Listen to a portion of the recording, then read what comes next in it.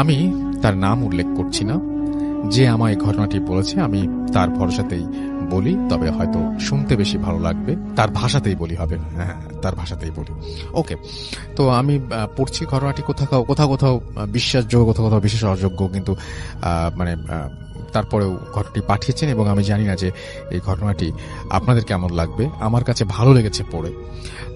তো যেভাবে মানে লিখেছেন সেভাবেই পড়ছি। আমি তখন একটি গভর্নমেন্ট চাকরি করি। আমাকে তাই প্রতিটা দিনই ব্যস্ত রাস্তায় রিক্সা করে যাতায়াত করতে হয়। প্রতিদিনের মতো সেদিনও রিক্সায় করে যাচ্ছিলাম। সেদিন আবার রাস্তায় এতটাই ভিড় ছিল যে আমি আটকা পড়ে গিয়েছিলাম। আমি লক্ষ্য করলাম আমার রিক্সা থেকে কিছু দূরে আরো যে রিক্সাগুলো রয়েছে সেই রিক্সাগুলোতে একটি পাগলি গিয়ে হাত বাড়িয়ে কি যেন বলছে এবং রিক্সার ভেতরকার লোকেরা তাকে তাড়িয়ে দিচ্ছে। এক এক করে পাগলিটা আমার দিকে এগিয়ে আসতে লাগলো। আমি কেমন যেন আমার ভয় ভয় করতে লাগলো। একটা সময় সে আমার কাছে চলে এলো। এরপর তার দিকে আমি তাকিয়ে যা দেখলাম তাতে আমার গা ছমছম করে উঠলো। একটা সময় মানে মানে আমার গায়ে কাঁটা দিয়ে উঠলো। আমি দেখলাম যে পাগলিটা অনেক বয়স্ক, তার আঙুলগুলো দিয়ে নখ ফেটে রক্ত বেরিয়ে আসছে, তার নখগুলো অনেক বড়, এবং তার চেয়ে বেশি যে ব্যাপারটা আমার গা ছমছম করে উঠলো সেটা হচ্ছে তার চোখ দুটো সাদা। সে হাত বাড়িয়ে আমাকে বলল যে তার মানে সে আমার কাছে রক্ত চাচ্ছে, এরকম একটা ব্যাপার। খুব ভয়ঙ্কর ভাবে সে কথা বলছিল। এক সময় তার হাত এতটাই কাছে চলে এলো আমার দিকে যে আমাকে প্রায় স্পর্শ করে ফেললো। আমি চিৎকার দিয়ে উঠলাম এবং আমি কিছুক্ষণে সেখানে মানে এবং আমার যেন মনে হলো যে যেখানে আমাকে স্পর্শ করেছিল সেই জায়গাটা যেন জ্বলে গেল এবং কিছুক্ষণে সেখানে দাগ হয়ে গেল, পুড়ে গেল, এরকম মানে এরকম একটা মনে হচ্ছিল। আমি রিক্সা থেকে নেমে চিৎকার করতে করতে রাস্তার ওই পাশে চলে গেলাম এবং তখনই একটা মালবাহী ট্রাক এসে আমাকে ধাক্কা মারল। আমি যখন জ্ঞান ফিরে পাই তখন আমি হাসপাতালের বেডে, পাশেই মাকে দেখতে পাই। কিছুক্ষণ পর বাবাও আসে। তারা বলে আমাকে রাস্তা থেকে লোকজন তুলে এনে এখানে ভর্তি করিয়ে বাড়িতে ফোন দেয়। আমার নাকি অনেক রক্তক্ষরণ হয় এবং খুব খোঁজাখুঁজি করে আমার গ্রুপের রক্ত পাওয়া যায় এবং খুব দ্রুত ব্লাড ট্রান্সফার করা হয়। মা বলে যে কোনো এক বয়স্ক মহিলা এসেছিল রক্ত দিতে। ডাক্তার বলেছে 2 সপ্তাহ আগে বাড়ি ফিরে যেতে দেওয়া হবে না, তাই অপেক্ষা করতে লাগলাম। প্রতিদিন নার্স আসতো এবং টাইমলি মেডিসিন দিয়ে যেত। একদিন বিকেলবেলা আমি আমার বেডে শুয়ে আছি, হঠাৎ নক করলো দরজায়। ভাবলাম নার্স এসেছে। মা ঘুমিয়েছিল তাই নিজে দরজা খুলতে গেলাম। এক বৃদ্ধ লোক আমায় বলল, মা আমি ক্যান্সারের রোগী, আমার ওষুধ খাওয়ার সময় হয়েছে, নার্স এখনো আসেনি। আমি মূর্খ মানুষ, নিজের ওষুধটা কোনটা খেতে হবে বুঝতে পারছি না। তোমাকে দেখে শিক্ষিত মনে হয়, যদি দয়া করে এসে আমাকে ওষুধটা একটু বুঝিয়ে দাও। আমি ভাবলাম দরজাটা বন্ধ করে যাই, তাই করলাম। অনেকক্ষণ তার সাথে হাঁটছি। অনেকক্ষণ পর হঠাৎ মনে হলো লোকটা হাঁটছে না, অনেকটা যেন ভেসে ভেসে এগোচ্ছে। ব্যাপারটা ভালো করে বুঝে উঠতে দেখি হঠাৎ লোকটা নেই। এই চোখের সামনে থেকে লোকটা কোথায় গায়েব হয়ে গেল। খুব ভয় করতে লাগলো আমার। আর তখনই দেখলাম সামনে একটা ঘর, সেখান থেকে নীল আলো আসছে। ভাবলাম লোকটা হয়তো ভেতরে ঢুকে গেছে। আমিও ঢুকলাম। কেমন যেন ঠান্ডা ঘরটা। আমার কেমন যেন একটা গন্ধ আসছিল ভেতর থেকে। হঠাৎই দরজা বন্ধ হয়ে গেল। বৃষ্টি পরিষ্কার হতে বুঝলাম এটা একটা মর্গ। দরজা খুলতে পারছিলাম না। হঠাৎ মনে হলো কে যেন পেছন থেকে টানছে। ঘুরেই দেখি একটা লাশ, একে একে সব কটা লাশ আমার চোখে পড়ল। পরদিন চোখ খুললে নিজেকে নিজের বেডে আবিষ্কার করি, পাশে মাকে সব বলি। ডাক্তারদের বলার পর তারা বলে অ্যাক্সিডেন্ট থেকে উঠেছে, তাই ব্রেনে কিছুটা সাময়িক সমস্যা হয়েছে, পরে ঠিক হয়ে যাবে।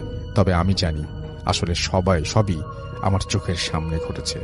সেদিন আবার একজন মারা গিয়েছিল, বৃদ্ধ লোক। শুনলাম ক্যান্সারে আক্রান্ত ছিল লোকটি।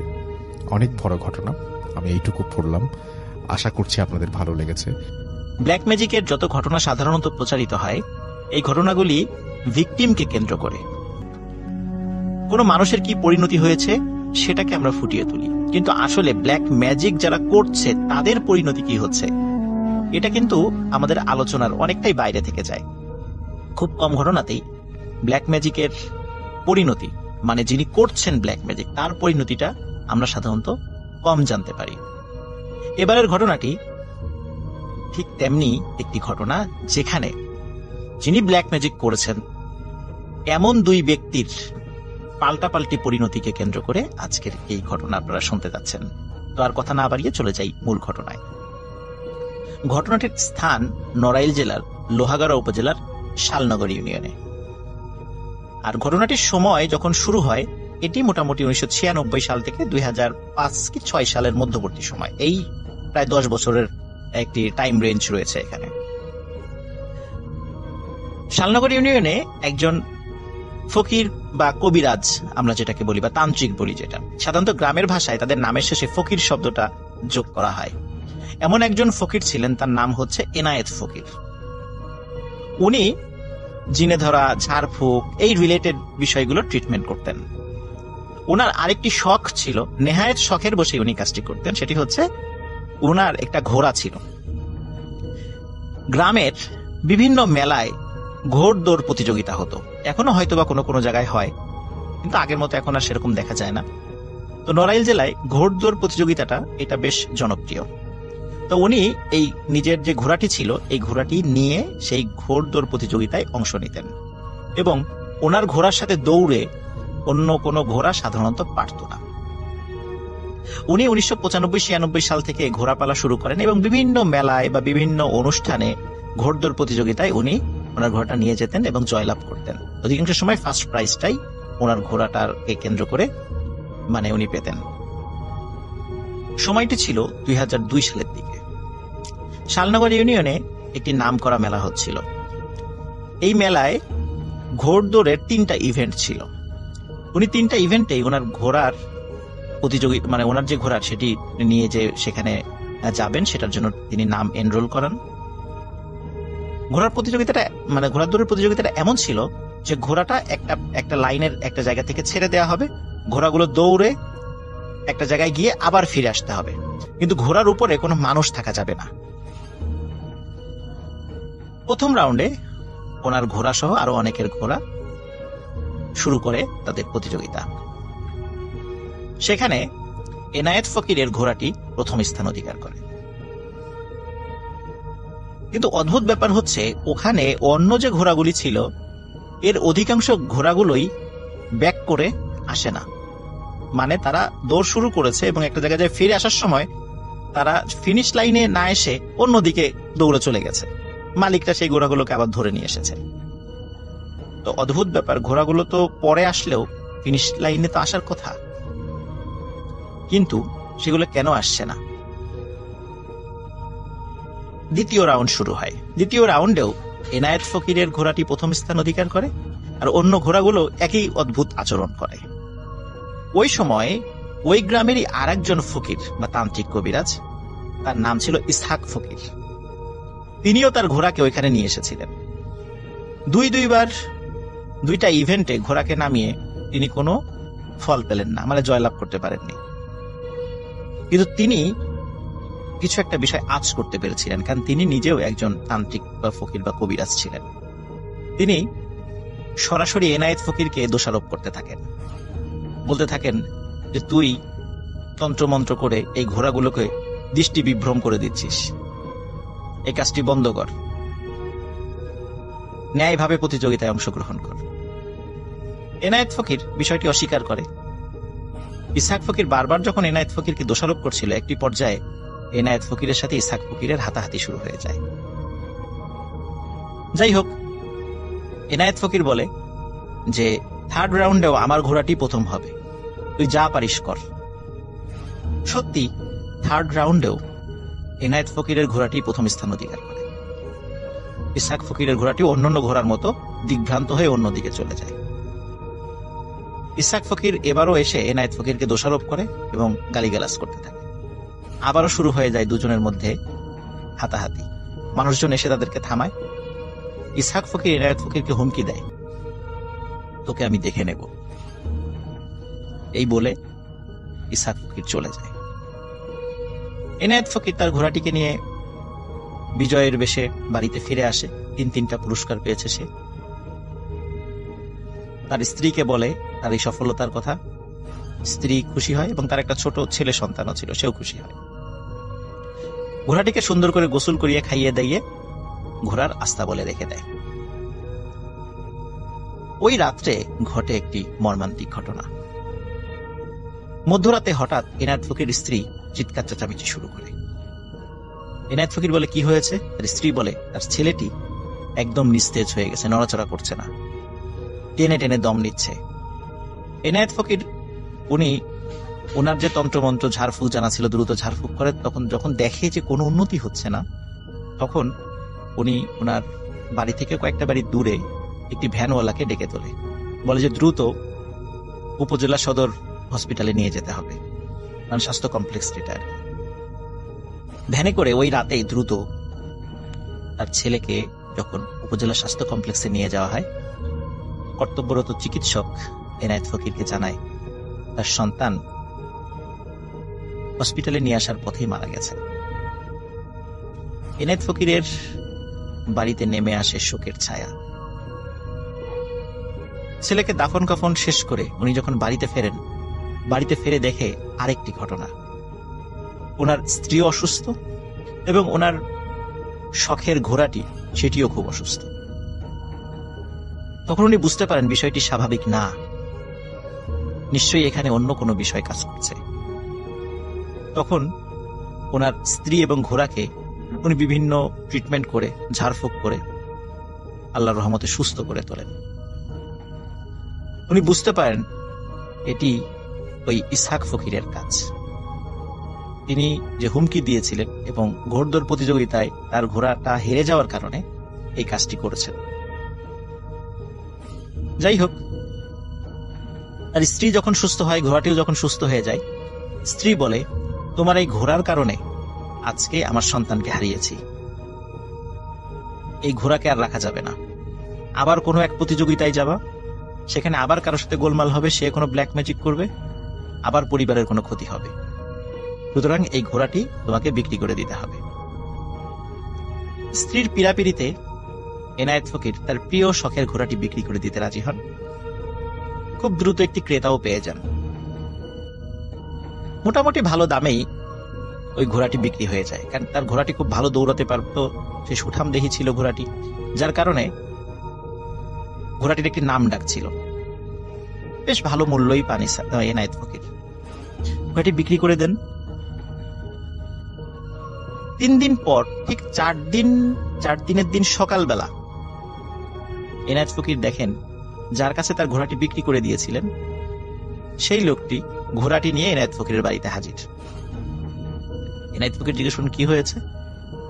লোকটি কোনো কথা না বলে তাকে বললেন, আপনার ঘোড়াটি আমি রাখতে পারবো না, ঘোড়াটি ফেরত নেন, আমার টাকা আমাকে ফেরত দেন। এনায়েত ফকির জিজ্ঞেস করছিল যে কি হয়েছে, আসলে ঘোড়াটির সমস্যা কি? তিনি বলেন যে এত কথা আমি বলতে পারবো না, আপনার ঘোড়া আপনি বুঝে নেন, আমার টাকা আমাকে ফেরত দেন। আপনার ঘোড়া আগের মতোই আছে, সুস্থ আছে, আমার টাকা ফেরত দেন, আপনার ঘোড়া আমি নেব না। এনায়েত ফকির বারবার সমস্যা বা এই সমস্যার কারণ বা কেন নিয়ে এসেছে এই বিষয়গুলো জিজ্ঞেস করলেও ওই লোকটি কোনো কথা বলতে রাজি হচ্ছিলেন না। যাই হোক, নিরুপায় হয়ে এনায়েত ফকির ঘোড়ার টাকা ফেরত দেন এবং ঘোড়াটিকে রেখে দেন। লোকটি যখন চলে যায়, যাওয়ার সময় আশেপাশের লোকজনের কাছে তিনি বলছিলেন যে এনায়েত ফকির একটা বাটপার লোক, একটা দোষের ঘোড়া আমাকে বিক্রি করে দিয়ে আমার কাছ থেকে টাকা নিয়েছিল, ও কাজটি ভালো করেনি, এই বলে উনি চলে যান। যাই হোক, কয়েকদিন পর আরেকজন ক্রেতার কাছে এনায়েত ফকির ঘোড়াটি বিক্রি করে দেন। যেই লোক ঘোড়াটি কিনে নিয়ে যান, উনিও ঠিক 4 দিনের মাথায় বেশ সকালে না, বিকালের দিকে ঘোড়াটি নিয়ে এনায়েত ফকিরের বাড়িতে হাজির। এনায়েত ফকির তো অবাক। এনায়েত ফকির জিজ্ঞেস করেন, কি হয়েছে? তখন এনায়েত ফকিরকে ওই লোকটি বলেন, আপনার ঘোড়াটি আমি রাখতে পারবো না, ঘোড়া ফেরত নেন, আমাকে টাকা ব্যাক দেন। এনায়েত ফকির জিজ্ঞেস করে, কি হয়েছে, সমস্যা আমাকে বলতেই হবে। তখন লোকটি বলেন, আপনার ঘোড়ার সমস্যা আছে। বলে, কি সমস্যা? তার কি শারীরিক কোনো সমস্যা? বলেন, না, আপনার ঘোড়ার কারণে বিগত 3 রাত আমাদের পরিবারের সদস্যরা কেউ ঘুমাতে পারে না, তারা দিনের বেলা ঘুমায়, রাত্রে ঘুমাতে পারে না।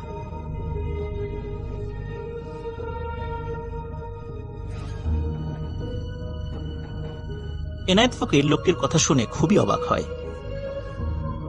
লোকটির কাছে আরো কিছু জানতে চান। তখন লোকটি যে বিষয়টি বলে গা শিউরে ওঠার মতো একটি বিষয়। লোকটি বলেন, যেদিন এনায়েত ফকিরের কাছ থেকে তিনি ঘোড়াটি কিনে নিয়ে যান, রাতের বেলা ঘোড়াটিকে একটি ঘরে রেখে দেন। রাত যখন একটু গভীর হয়েছে এবং ওই বাড়ির সদস্যরা যখন একটু ঘুম ঘুম ভাব, হঠাৎ একজন মহিলার নাকি সুরে কান্না তাদের কানে ভেসে আসে। তারা চিন্তা করেন এই কান্নাটি কোথা থেকে আসছে। ঘর থেকে বের হয় তারা। বের হয়ে তারা বুঝতে পারেন এই কান্নার শব্দটি ঘোড়া যেই ঘরটিতে রাখা হয়েছে সেখান থেকে আসছে। তারা যখন ঘোড়ার ওই ঘরের দরজা খুলে ভিতরে ঢোকেন, সাথে সাথে ওই কান্নার শব্দটি বন্ধ হয়ে যায়। তারা আশেপাশে খুঁজে দেখেন কাউকে দেখা যায় কিনা। না, কাউকে দেখা যায় না। আবার তারা ঘরে এসে শুয়ে পড়েন। যখনই তারা আবার একটু ঘুম ঘুম ভাব এসেছে, আবার ওই কান্নার শব্দটি তাদের কানে ভেসে আসে এবং কান্নার শব্দটি ক্রমশ তীব্র হতে থাকে। মানে কেউ যে ঘুমিয়ে পড়বে সে উপায় নেই, শব্দটি আস্তে আস্তে তীব্র হতে থাকে। তারা আবার ঘর থেকে বের হয়। তারা বুঝতে পারে এই কান্নার শব্দটি ওই ঘোড়ার ঘর থেকে আসছে। আবারও যখন ঘোড়ার ঘরে যায়, তারা কোনো কান্নার শব্দ পায় না, থেমে যায় সে শব্দ। এভাবে সারাটি রাত তারা ঘুমাতে পারে না। সকালের দিকে যখন সূর্য ওঠে, তখন আর সেই কান্নার শব্দ শোনা যায় না। তখন এই সারা রাতের নিদ্রাহীনতার কারণে বাড়ির সবাই অনেক বেলা পর্যন্ত ঘুমিয়ে থাকে। পরের দিন একই ঘটনা ঘটে, কিন্তু সেদিন গতকালকের তুলনায় কান্নার শব্দটা আরো বেশি। একই রকম ভাবে তারা যখন ঘোড়ার ঘরে ঢোকে, তখন দেখে একদম শান্ত, কোনো শব্দ নেই। আবার ঘরে আসলে আবার কান্নার শব্দ ক্রমশ জোরালো হয়। কোনোভাবেই তারা ঘুমাতে পারে না। তৃতীয় দিন রাত্রে যখন একই ঘটনা ঘটতে থাকে এবং সেবার অসহনীয় পর্যায়ের জোরে জোরে কান্নার আওয়াজ, তখন তারা আর সহ্য করতে পারে না।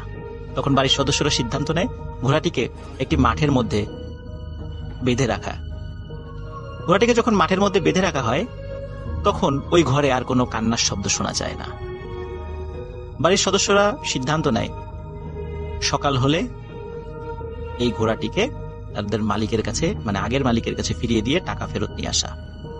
কারণ আগের মালিক হয়তোবা ইচ্ছাকৃতভাবে এই ঘোড়াটি কাছে রাখতে পারেনি, এই সমস্যার কারণে তাদের কাছে বিক্রি করে দিয়েছে এবং এই সমস্যার কথাটা তাদেরকে জানায়নি।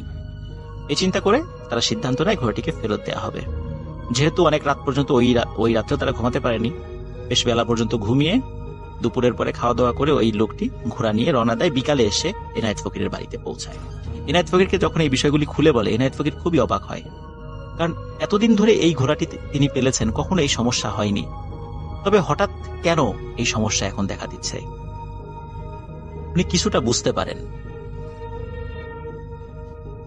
এর মধ্যে যেটি হয় সেটি হচ্ছে এনায়েত ফকিরের আবার সবকিছু স্বাভাবিক হতে শুরু করে। এনায়েত ফকিরের বাড়িতে ঘোড়াটি আসার পর তখন কিন্তু আস্তাবল থেকে আর কোনো কান্নার শব্দ ভেসে আসে না। কিন্তু এনায়েত ফকির দেখে যে ঘোড়াটিকে যখন ঘোড়ার জন্য নির্ধারিত যে জায়গাটি সেখানে রাখা হয়, ওই ঘোড়াটি অঝোর ধারায় কাঁদতে থাকে, কিন্তু কোনো মহিলার নাকি সুরে কান্না আর ভেসে আসে না। এনায়েত ফকির চিন্তা করে যে ঘোড়াটিকে আর হয়তো বা আস্তাবলে রাখা যাবে না, তাকে মাঠে কোনো একটা জায়গায় রাত্রে বেঁধে আসতে হবে। কারণ ঘোড়াটির নিশ্চয়ই কোনো সমস্যা হয়েছে যেটি তিনি বুঝতে পারছেন না। যাই হোক, এর মধ্যে পেরিয়ে যায় প্রায় 2 থেকে 2.5 বছর। এনায়েত ফকিরের ঘর আলো করে আরেকটি পুত্র সন্তান আসে, সেও বড় হতে থাকে। একদিন দুপুরবেলা একটি ভ্যান এনায়েত ফকিরের বাড়িতে আসে। এনায়েত ফকির দূর থেকে দেখে ভ্যানের উপর একটি মানুষ শোয়া। ভ্যানটি এনায়েত ফকিরের বাড়ির দিকে আসছে। এনায়েত ফকিরের বাড়িতে যখন ভ্যানটি আসে, তখন দেখে এই ভ্যানের উপর একদম শুকনো লিকলিকে একজন মানুষ শুয়ে আছে, খুবই অসুস্থ, হাড্ডিসার হয়ে গেছে। এনায়েত ফকির দেখে চিনতে পারেন এই লোকটি আর কেউ নয়, সেই ইসহাক ফকির। ইসহাক ফকিরের উঠে বসার শক্তি শরীরে ছিল না। ইসহাক ফকির শুয়ে শুয়েই এনায়েত ফকিরকে বলতে থাকে যে ভাই, আমি বিশাল এক অন্যায় করেছি। সেদিন মেলায় তোমার সাথে ঝগড়াঝাটি করে তোমার পরিবারের উপর আমি ব্ল্যাক ম্যাজিক করেছিলাম, যার কারণে তোমার সন্তান মারা যায়। তোমার স্ত্রী এবং ঘোড়ার উপরও করেছিলাম, কিন্তু তারা সুস্থ হয়ে গেছে। তুমি তোমার সন্তানকে মৃত দেখে আমার উপর ক্ষিপ্ত হয়ে তুমি আমার উপর ব্ল্যাক ম্যাজিক করেছো। আমারও সন্তান মারা গেছে, আমার স্ত্রী মারা গেছে, আমিও মৃত্যু সজ্জায়। তুমি আমাকে ক্ষমা করে দাও, আমার উপর থেকে তোমার ব্ল্যাক ম্যাজিক তুলে নাও, আর আমাকে মাফ করে দিও। এনায়েত ফকির ইসহাক ফকিরের উপর এতটাই ক্ষিপ্ত ছিল যে সে তাকে ক্ষমা করে না, এবং ওই মৃত্যু সজ্জায় ইসহাক ফকিরকে দূর দূর করে বাড়ি থেকে বের করে দেয়। এনায়েত ফকিরের স্ত্রী এই ঘটনাটি দূর থেকে দেখছিল। তিনি বলছিলেন যে আমাদের তো এক সন্তান চলে গেছে, আল্লাহ আর একটা সন্তান দিয়েছে, তুমি তাকে মাফ করে দাও। কিন্তু এনায়েত ফকির তার স্ত্রীর কথা শোনে না। সে তার সিদ্ধান্তে অটল থাকে এবং সে বলে, হ্যাঁ, আমি তোর উপর ব্ল্যাক ম্যাজিক করেছি, আমার সন্তান হত্যার প্রতিশোধ নিয়েছি, আমি তোকে ক্ষমা করব না, আমার বাড়ি থেকে বের হয়ে যা। তাকে দূর দূর করে বাড়ি থেকে তাড়িয়ে দেয়। এই ঘটনার পরের দিন এনায়েত ফকিরের কাছে খবর আসে ইসহাক ফকির মারা গেছে। শুনে এনায়েত ফকির মনে মনে খুশি হয়, কারণ এই ঘটনার তো আসলে কোনো বিচার হবে না, পুলিশি কোনো কেসও হবে না, সে তার সন্তান হত্যার প্রতিশোধ নিতে পেরেছে। এরপরে বেশ কয়েকদিন স্বাভাবিকভাবে কেটে যায়। প্রতি রাত্রে এনায়েত ফকির তার সেই ঘোড়াটিকে মাঠে বেঁধে আসত।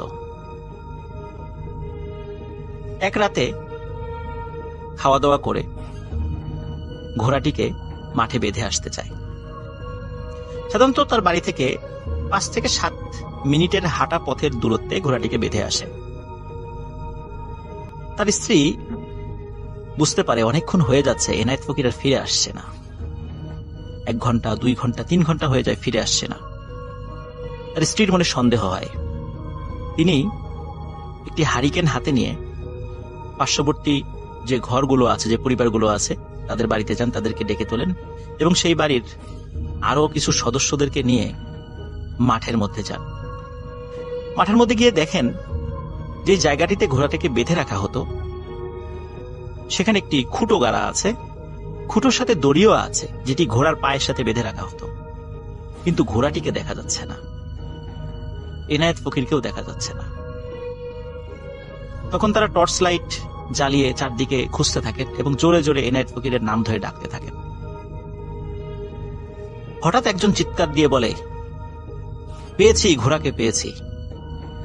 সবাই ছুটে যায় সেই ঘোড়াটির কাছে, গিয়ে দেখে যে ঘোড়াটির 4টি পা তার দেহ থেকে কেউ সজোরে টেনে বিচ্ছিন্ন করে দিয়েছে এবং ঘোড়াটির ধর থেকে মাথাও আলাদা, কিন্তু সেটা মনে হয় না কেউ কেটে আলাদা করেছে, কেউ টেনে ছিঁড়ে আলাদা করে ফেলেছে।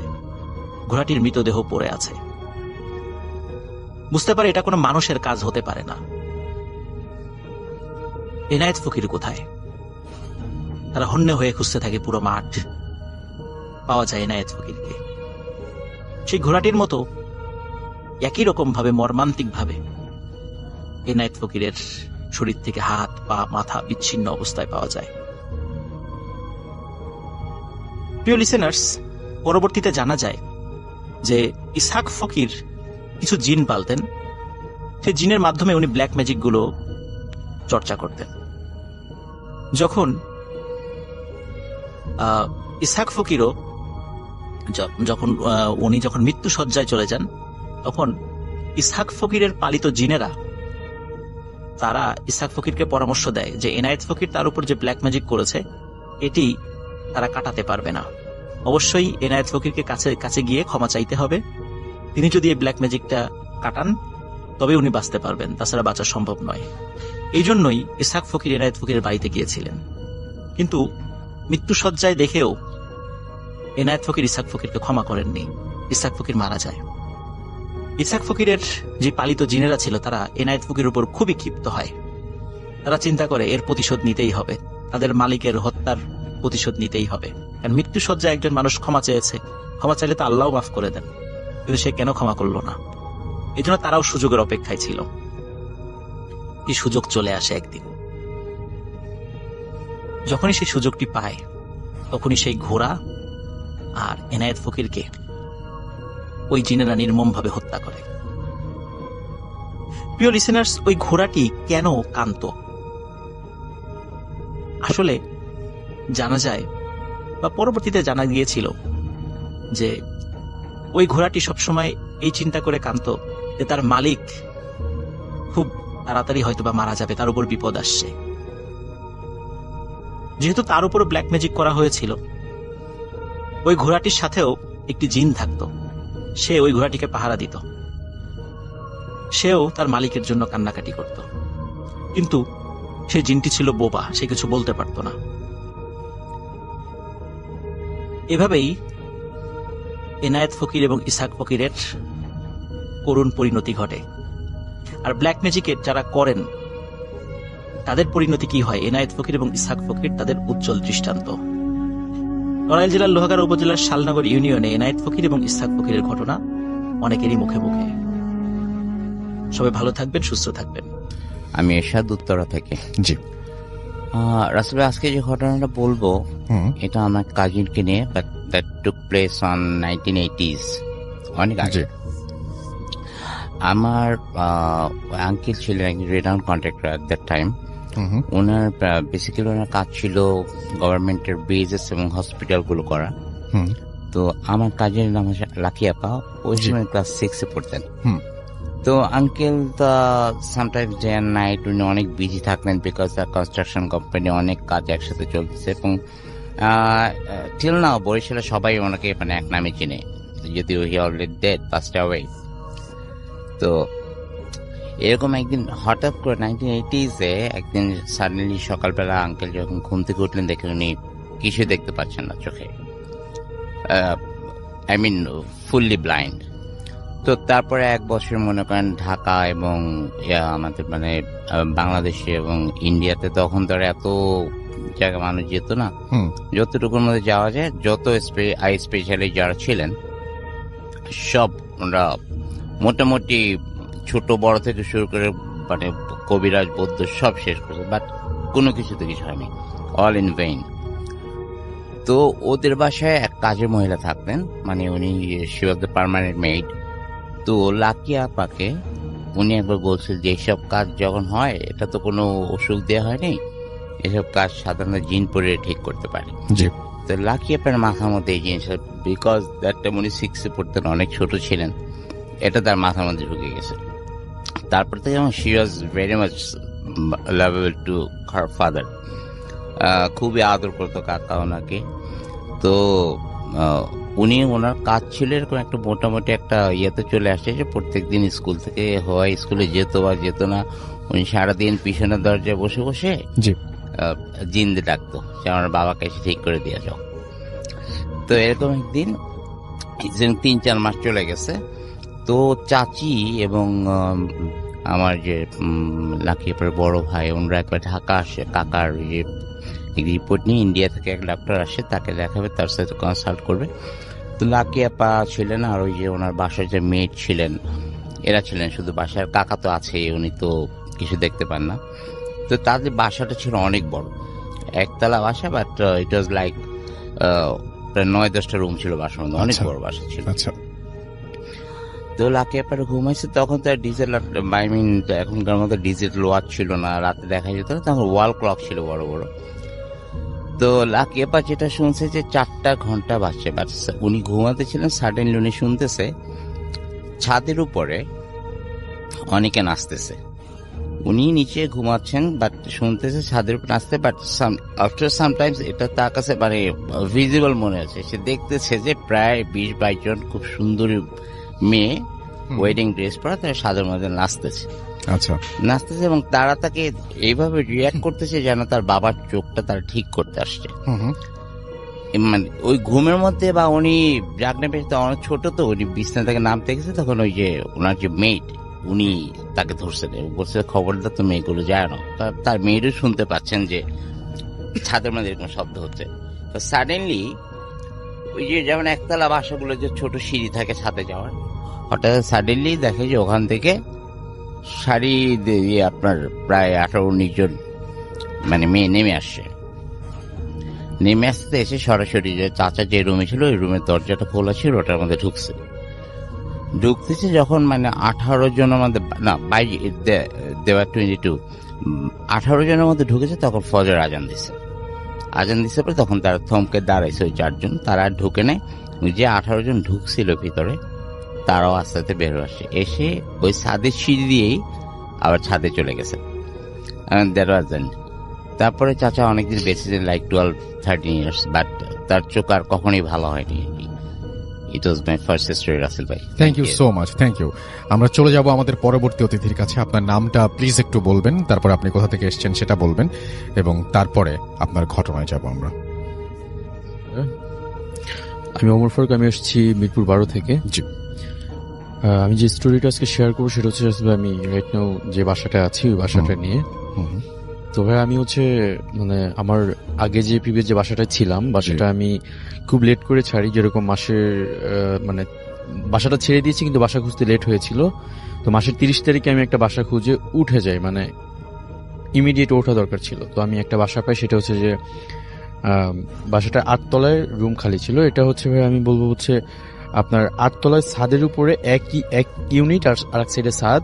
তো ওই বাসায় 2টা ছাদ, একটা হচ্ছে আমাদের ইউনিটের উপরে একটা, আর আমাদের সামনের যে জায়গাটা ওইটা হচ্ছে ছাদ। জি।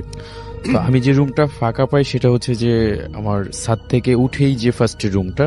আর রুমটা হচ্ছে একটা প্রবলেম আছে, সেটা হচ্ছে যে রুমের মধ্যে জানালা নেই, ছোট একটা জানালা। আর জানালাটা অ্যাড করা হচ্ছে আপনার 2টা বিল্ডিং এর মাঝে ছোট একটা জায়গা, ওটা একদম নিচ পর্যন্ত চলে গেছে। তো ওটা জানালা না বললেই হয়, জাস্ট একটা ফাঁকা জায়গা। তো হ্যাঁ, বাসাটার যে ঘটনা সেটা হচ্ছে যে আমি যখন ফার্স্টে বাসাটা নিই, ফার্স্টে আমি কিছু ফলো করি না। আর বাসার মধ্যে ভাই এত গরম, কারণ জানালা নাই সেজন্য প্রচুর গরম রুমের মধ্যে, মানে অ্যাডজাস্টার নাই, সব মিলে আর কি। তো প্রথম 10-15 দিন আমি কিছুই ফলো করি না, মানে ওইভাবে কিছু নেই আর কি। আচ্ছা। আরেকটা কথা বলে সেটা হচ্ছে আমি ঈদের আগে উঠেছি, তো তখন আমি একটা জব করি আর কি। তো জব থেকে ফিরতে ফিরতে আমাকে 12টা 12:30 বেজে যেত। তো আমাকে এভরিডে এসে গোসল করতে হতো। তো ভাই আমি গোসল করতে যখন ঢুকতাম ওয়াশে, তখন হচ্ছে ভাই আমার ফ্লোরে সবাই ঘুম থাকতো, সবাই আগে আগে ঘুমায় পড়তো। তো আমি এসে একা একা গোসল করতাম, ছাদে যেয়ে বসে থাকতাম। তো গোসল করতে গেলে ভাইয়া যেটা হতো, আমার লাইটটা হুট করে বন্ধ হয়ে যেত। তো ফার্স্ট ডে আমি ভাবছি হয়তো বা লোডশেডিং, কিন্তু বাইরে যে ওয়াশরুমে যে ছোট ইয়া থাকে, বাইরে থেকে দেখতেছি যে না, কারেন্ট আছে, আমার বাইরে লাইটটা জ্বলতেছে। তো আমি বের হলাম, বের হয়ে সাবান মাখা ছিল গায়ে। আমি তো হয়তো ভাবছি হয়তো বা কেউ ফান করছে আমার সাথে, হয়তো বা আমার ফ্লোরের, কিন্তু আসলে ফান করার কোনো ওয়ে নাই, কারণ আমি ওখানে 1 মাসও হয় না, আমি 15 দিন উঠেছি। তাদের সাথে ভালো মতো আমার পরিচয় হয় নাই, তারা তো আমার সাথে চাইলে মজা করতে পারে না। তাও ভাবলাম হয়তো হতে পারে, কেউ করতে পারে। তো আমি আবার বের হয়ে লাইটটা অন করলাম, আবার ঢুকলাম।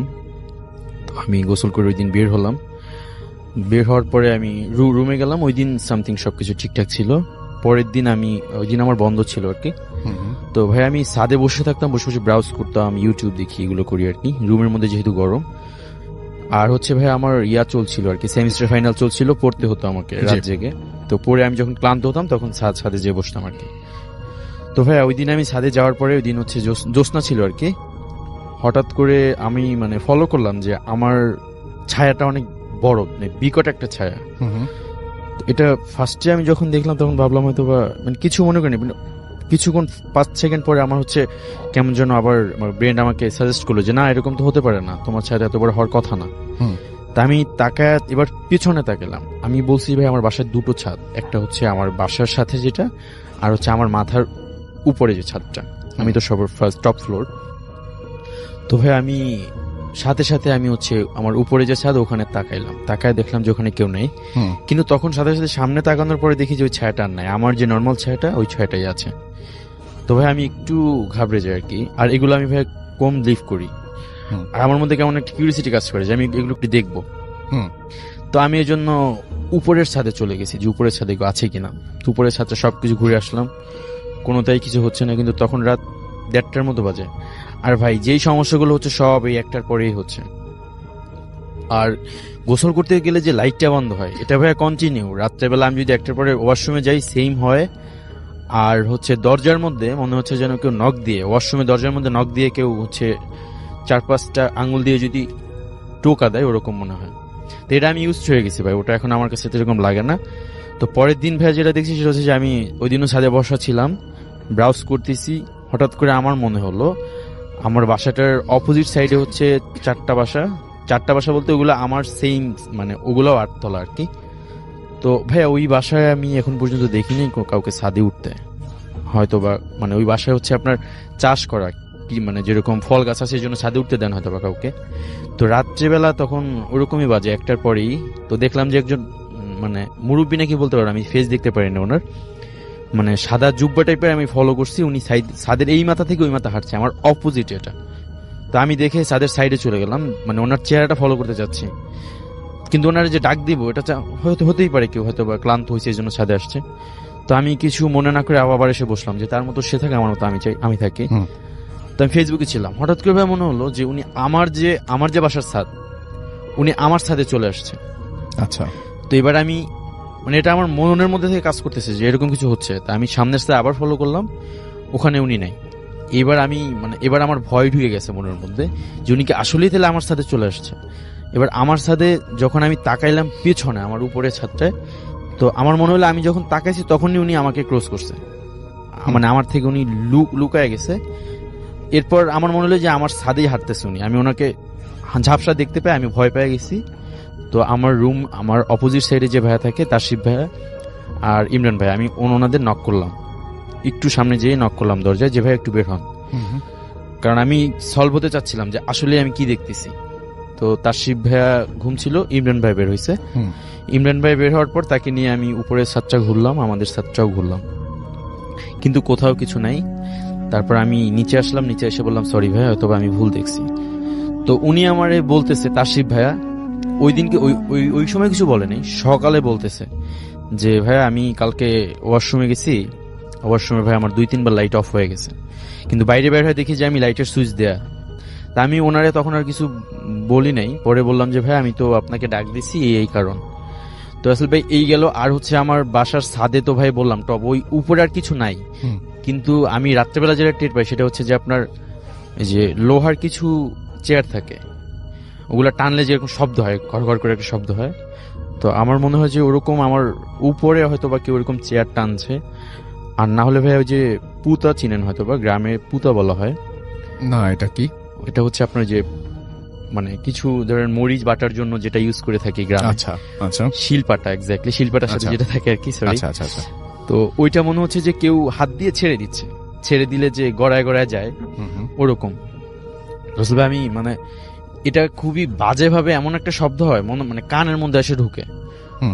আমি ভাইয়া হুট করে ছাদে চলে যাই, আমি কিন্তু চাই যে একটু দেখি যে আসলে কি হচ্ছে। এরকম কিছু হয় নাই। লাস্ট হচ্ছে আপনার আমি পরশু দিনের আগের দিন, ওই দিন আমি ছাদে ফোনে কথা বলছিলাম একজনের সাথে। তো আমি ওই সিঁড়ি দিয়ে উপরে উঠছি, নিচে নামছি, আপ ডাউন করতেছি। হঠাৎ করে রাসেল ভাই আমার ওই যে নিচের যে ছাদটা ওখানে মনে হলো ভাইয়া মানে কোরবানির যে সার থাকে না কিছু চুট, বড় বড় চুট, ওরকম একটা সার আমার মনে হলো যে নিচে দাঁড়ায় অন্য ইয়ার দিকে মুখ করে আছে। আসলে আমি ওই জায়গায় মানে পুরো শকড, আমি পিছনেও যেতে পারছি না, সামনেও যেতে পারছি না, পুরো জায়গায় স্টিল দাঁড়ায় আছি। আর ফোনে যে কথা বলবো ওরকম কোনো ইয়া ছিল না আমার। আমি আস্তে আস্তে করে নামছি, মানে আমার মনে হচ্ছিল যে না আমি আমার মধ্যে নাই, আর পুরাই একদম রোবট হয়ে গেছি। আস্তে আস্তে করে নামছি, তারপরে ভয়টা মানে এমন ভাবে অনুভব করছি যা মানে বুঝাতে পারবো না আসলে ভাই। তো ভাই আমি আস্তে করে নাইমা আস্তে করে রুমে গেছি। রুমে যাওয়ার পর লাইট অন করছি। আমার ওই মানে যারা ঘুমায় ওই আমাদের যে গলিটায় সবার রুমের সাথে জানলা অ্যাটাচ করা, লাইট যদি জ্বালানো হয় সবার রুমের মধ্যে আলো পড়ে, এই জন্য লাইটটা নিবানো থাকে আর কি। তো আমি যাই লাইটটা অন করলাম, অন করে আজকেও তাসিফ ভাইকে ডাক দিলাম। তাসিফ ভাই ডাক দিয়ে বললাম যে ভাই এরকম এরকম অবস্থা, আমি তো খুবই ভয় পেয়ে গেছি। তাসিফ ভাই একটু হুজুর টাইপের আর কি। তো উনি আমাকে পানি পড়ায় দিল, বললো এটা খান আপনি, আর মানে রাত্রে বেশি রাত করে ছাদে থাকবেন না ভাইয়া। তো এরপর থেকে ভাই এই 2 দিন আর আমি মানে 12টার পর তো ছাদে যাই না, বাইরে থেকে আসলে ডিরেক্টলি ঘরে ঢুকি। আর আমরা টোটাল ফ্লোরে সবাই সিদ্ধান্ত নিয়ে নিয়েছি যে বাসাটা ছেড়ে দিব আর কি। তো এই হচ্ছে বাসাটা কন্টিনিউ সমস্যাটা হচ্ছে বাসায়। এর হচ্ছে ফার্স্ট স্টোরি ভাই আমার। থ্যাংক ইউ সো মাচ আপনার। অডিও ক্লিপে যাব এবং তারপরে আবারও ফিরে আসবো। সেই পর্যন্ত আশা করছি আপনারা আমাদের সঙ্গেই থাকবেন। আসসালামু আলাইকুম রাসেল ভাই, আমার নাম আজহার, আমি বলছি কানাডা থেকে। আমি ভূত এফএমের একজন অন্ধ ফ্যান। অনেকদিন থেকে চাচ্ছিলাম যে একটি ঘটনা পাঠাবো, তবে সময় হয়ে উঠছিল না, তো আজ পাঠিয়ে দিলাম। যদি ভালো লাগে তো অবশ্যই প্লে করবেন। এই ঘটনাটা ঘটেছে আমার এক ফ্রেন্ডের বড় ভাইয়ের সাথে। তিনি হচ্ছেন একজন সার্চ অ্যান্ড রেস্কিউ অফিসার। তো একদিন তার সাথে দেখা হওয়ার পর তিনি অনেকগুলো ঘটনা আমার সাথে শেয়ার করেছিলেন। বেশিরভাগ ঘটনাই অদ্ভুত, কিছুটা ভৌতিক। বেশিরভাগ ঘটনা শোনার পর মনে অনেক কোয়েশ্চেন জাগে। যদি আপনাদের কাছে ভালো লাগে তো আমি তার থেকে শোনা আরো ঘটনা আমি পাঠাবো, তবে আজ ছোট্ট একটি ঘটনা শেয়ার করছি। তো ঘটনায় চলে যাই। যা বলছিলাম, তার নাম হচ্ছে জিম হল। তিনি কাজে জয়েন করার 6 মাস পর এই ঘটনা ঘটে তার সাথে। তো তারা একটি কল পান যে একজন ক্লাইম্বার 2 দিন কি 3 দিন হয়ে গেছে, এখনো তার কোনো খোঁজ পাওয়া যাচ্ছে না। মানে এই সময়ের ভিতরে তার ফিরে আসার কথা, তবে আসেননি। তো যে জায়গায় এই ঘটনা ঘটে তারা সেখানে যান এবং তাদের টিম ঠিক করা হয় ক্লাইম্বিং করার জন্য। মানে তাদের ধারণা চূড়ায় বা চূড়া আশেপাশে বা মাঝপথে কোনো এক জায়গায় তিনি হয়তো হারিয়ে গেছেন, আহত হয়েছেন, এরকম সাধারণত এরকম ঘটনা ঘটে থাকে। তো তারা চূড়ে ওঠার প্রস্তুতি নেন। তো অর্ধেক ওঠার পর ওই আহত ব্যক্তি, যার নাম কিনা রবার্ট, তাকে খুঁজে পান। তার ডান পা ভেঙে গিয়েছিল এবং খুব খারাপভাবে জখম হচ্ছিলেন তিনি। তার পা দেখে মনে হচ্ছিল তিনি অনেক রক্ত হারিয়েছেন এবং তার এই জখম হয়েছে মূলত উপর থেকে পড়ার কারণে। তো তাদের কাছে জিনিসটা একটু অড লাগে, কারণ যাকে খোঁজা হচ্ছিল তিনি একজন প্রফেশনাল ক্লাইম্বার। জিনিসটা ঘটা খুবই অদ্ভুত। তাও তারা দুর্ঘটনা হতেই পারে, সেজন্য তাকে দ্রুত হসপিটালাইজ করার জন্য হেলিকপ্টার কল করেন। তো হেলিকপ্টার আসার জন্য তারা ওয়েট করছিলেন। ইন দ্য মিন টাইম কয়েকজন মানুষ তাকে আর অন্যান্য যারা অফিসার ছিলেন তারা জিজ্ঞেস করেন যে কি হয়েছিল, কিভাবে তার এই অবস্থা হয়। তখন সবাই অ্যাকচুয়ালি একটা রেশনাল এক্সপ্লেনেশনের জন্য ওয়েট করছিলেন, তবে তিনি যা বলেন সেটি হচ্ছে totally out of the box. তিনি বলছিলেন যে এখানে আসার পর তিনি ক্লাইম্বিং করা স্টার্ট করেন এবং ইভেনচুয়ালি তিনি একদম চূড়ায় উঠে যান। তো চূড়ায় ওঠার পর তা আমি বলে রাখি যে এই ঘটনা ঘটেছিল সামারে। সো সামারে নর্থ আমেরিকায় অবভিয়াসলি কোনো স্নো থাকবেই না। তো তিনি চূড়ায় ওঠার পর একজন লোককে দেখতে পান। সবচেয়ে অদ্ভুত হচ্ছে ওই সময় ওই লোকটি পার্কা পরেছিল। পার্কা হচ্ছে এক ধরনের জ্যাকেট, খুবই ভারী জ্যাকেট, ঠান্ডার সময় পরা হয়। সাধারণত আপনি যদি -25-30 ডিগ্রি সেলসিয়াস যদি থাকে বাইরে, পার্কা আপনার শরীরকে ভালোই গরম রাখে। তো বুঝতে পারেন যে এটা খুব ভালো একটা ইনসুলেটর। তো গরমের সময় যখন 25-28-30 ডিগ্রি, এটি পরার কোনো মানেই হয় না, কিন্তু ওই সময় ব্যক্তি পার্কা পরেছিলেন এবং অন্যান্য শীতের কাপড় চোপড় পরেছিলেন। তো রবার্ট যখন ওই লোককে হালকা ট্যাপ করেন শোল্ডারে কথা বলার জন্য, জাস্ট এমনি ক্যাজুয়াল কথা বলার জন্য ট্যাপ করেন, যখন ওই লোকটি রবার্টের দিকে ফিরে তখন রবার্ট দেখতে পান যে তার মুখের জায়গায় পুরো হলো, মানে পুরো শূন্যস্থান। মুখের কোনো অবয়ব নেই, কোনো কাঠামো নেই, জাস্ট একটি হলো। মনে হচ্ছে অনেকটা দ্য হল অফ ম্যান ছবির মতো। ওই মানুষকে যখন আপনি বৈজ্ঞানিক উপায়ে ইনভিজিবল করা হয়, কিন্তু তার উপর যখন কাপড় চাপানো হয় দেখা যায় যে তার বডি কাপড়ের নিচে আছে। এটা অ্যাকচুয়ালি কাপড় শোনার পর দেখা যায় যে তিনি নেই, অনেকটা ওই রকম। কিন্তু এটা কখন কোনো মুভি না, এটা হচ্ছে রিয়েল লাইফ ঘটনা। ইভেন ওই ঘটনা শোনার সময় আমার হাতের রোম দাঁড়িয়ে গিয়েছিল, গুজবাম হচ্ছিল। যাই হোক, তো রবার্ট ওনাকে এটা দেখে মানে পুরো শকড হয়ে যান এবং এটা দেখে এতই বেশি ভয় পান যে উনি তখন নামা শুরু করেন খুব কুইকলি, মানে কোনো প্রিকশন না নিয়ে, কোনো সময় না নিয়ে যত দ্রুত পারেন নামতে শুরু করেন।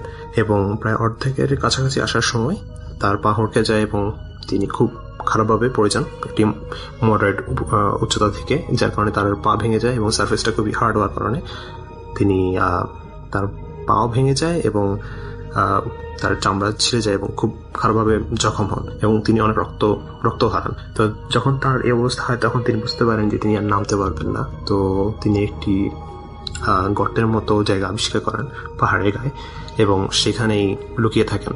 সবচেয়ে মজার কথা হচ্ছে যে তিনি যখন আঘাতপ্রাপ্ত হন তখন ছিল বিকাল এবং তার প্রায় 1.5 দিন পরে, যদি আমি বলি, তাকে খুঁজে পাওয়া হয়।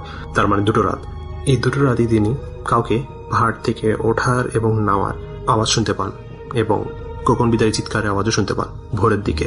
এই ছিল মূলত ঘটনা। এই ঘটনার পর মানে 1.5 দিন পর সকালে তাকে খুঁজে পাওয়া হয়। তো এইটি শোনার পর মানে সবাই একটু হতবাক হয়ে যান যে জিনিসটা আসলে কি। জিনিসটা একবার চিন্তা করুন, সামার, একজন লোক পার্কা এবং শীতকালীন কাপড় পরে রয়েছে, কিন্তু তার কোনো বডি নেই, কোনো শরীর নেই, জাস্ট কাঠামোটা রয়েছে, অন্য কিছুই নেই। জিনিসটা খুবই অদ্ভুত, অবশ্যই ভৌতিক। যদি আপনি চিন্তা করেন যে আশেপাশে কোনো জনমানব নেই, জিনিসটা খুবই অদ্ভুত। তো এই ছিল ঘটনা। তো এই ঘটনা শোনার পর আমি ওই ভাইকে জিজ্ঞেস করেছিলাম যে আপনার কি মতামত, এটা কি সত্য হতে পারে কি না, মানে উনি কি কোনো ট্রমার কারণে উল্টাপাল্টা দেখছিলেন এরকম কিছু।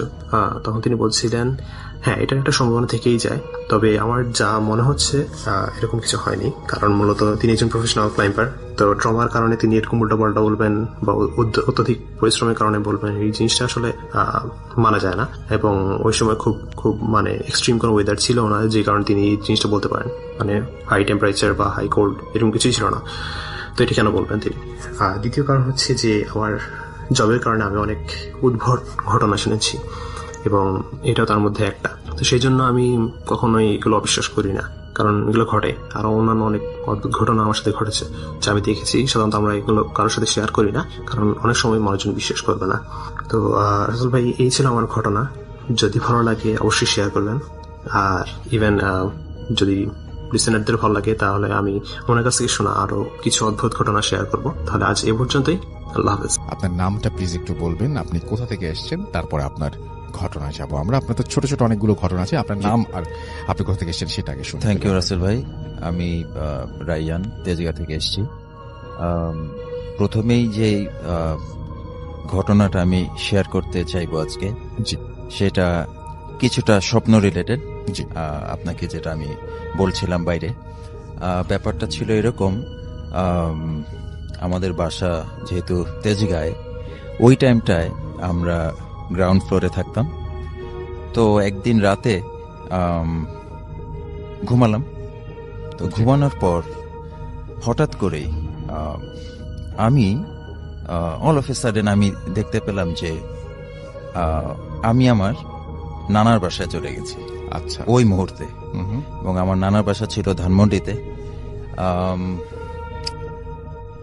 প্রচুর আসা যাওয়া ছিল নানার বাসায়। সো ওখানের এনভায়রনমেন্টটা আমার খুব বেশি পরিচিত।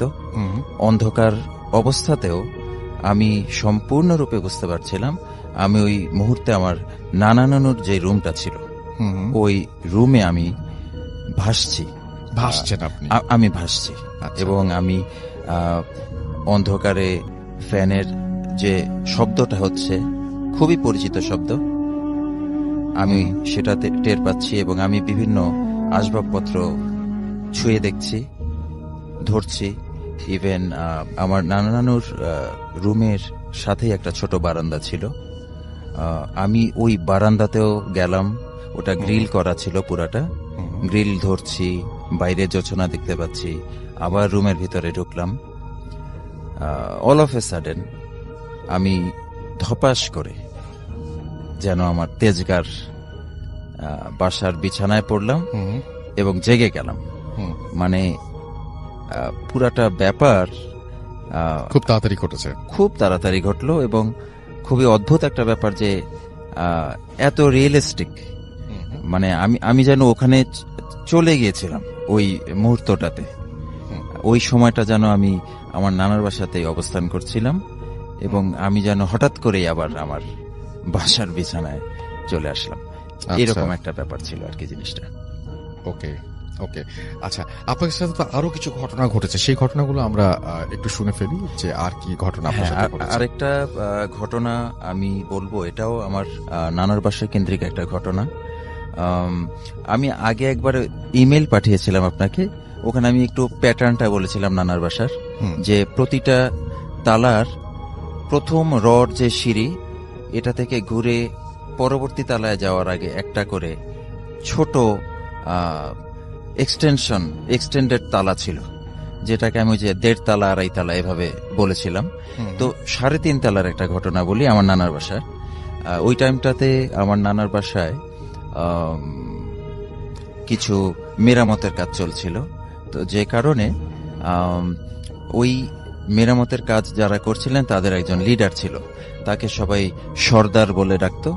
তো আমি 3.5 তলার যে রুমটা ছিল ওটার বারান্দায় গিয়ে দাঁড়ালাম, তো দেখলাম ওই সর্দার নামে যিনি, উনি রুমের ভেতরে একটা চৌকির মতো ছিল, ওখানে বসে টুকটাক কাজ করছেন, সামথিং যেমন বিভিন্ন ওই যে কাজের জন্য রাজমিস্ত্রির কাজে যেসব জিনিসগুলো ব্যবহৃত হয় ওরকম জিনিসগুলো গুছাচ্ছেন, বের করছেন, রাখছেন, সামথিং লাইক দ্যাট।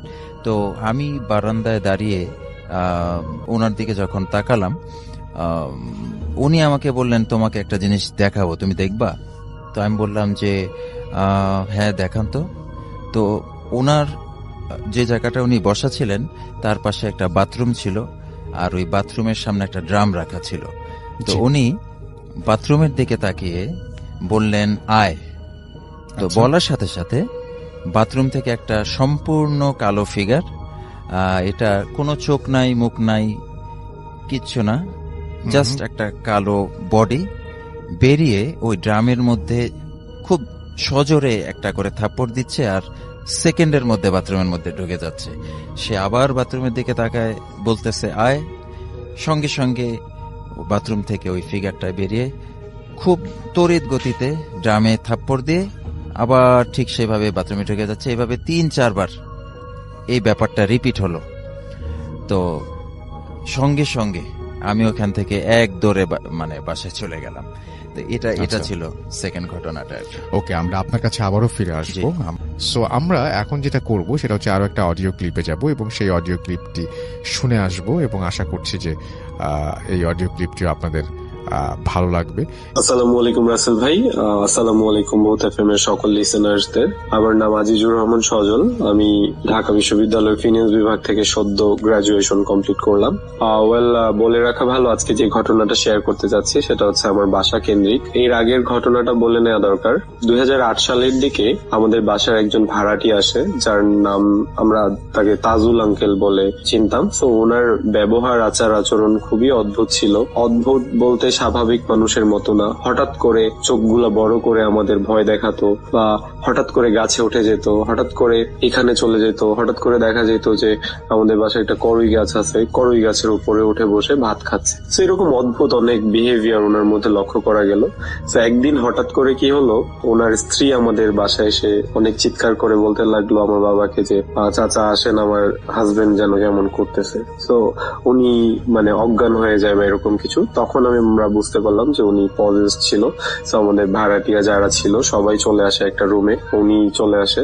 তো ওনাকে পজেস্ট করে। ওনার ভয়েসটা রাতারাতি চেঞ্জ হয়ে একটা মহিলার ভয়েস আমাদের সবাইকে সালাম দেয়া হলো, আমরা কথা বললাম, আমার বাবা কথা বললো। তো অনেকে অনেক কিছু জানতে চাইলো, সে বললো। বলে যাওয়ার আগে ওই তাজুল আঙ্কেলের পজেস করা ওই পরীটা আমাদের এটা বললো যে আমাদের বাসায় অনেক বেশি রকমের একটা সমস্যা আছে। এখন কি রকম সমস্যা আমার বাবা যখন জানতে চাইলেন তখন বলা হলো যে আমাদের বাসার উপর দিয়ে জিন বা পরীদের চলাচলের একটা রাস্তা আছে, আমরা যেন কখনো তাদের ডিস্টার্ব না করি, তাহলে আমাদের ক্ষতি হতে পারে। আর যদি ডিস্টার্ব না করি তাহলে তারা আমাদের কখনো কোনো ক্ষতি করবে না। সো আমাদের বাসায় এরকম এই ঘটনাটা বলার পরে আমরা মোটামুটি একটু ভয় পেয়ে যাই। তারপরে একটা সার্টেন টাইম পরে তাজুল আঙ্কেল চলে যায়। আমরা আমাদের বাসায় প্রত্যেক দিন মানে এরপর থেকে আমরা যখন জানতে পারলাম, আমরা সবাই খেয়াল করা শুরু করলাম। 2008 সালে আমরা আমাদের বাসায় উঠার 6 মাস হয়েছে, তখনও আমরা টের পাই নাই। বাট যখন আমরা এটা জানতে পারলাম তখন আমরা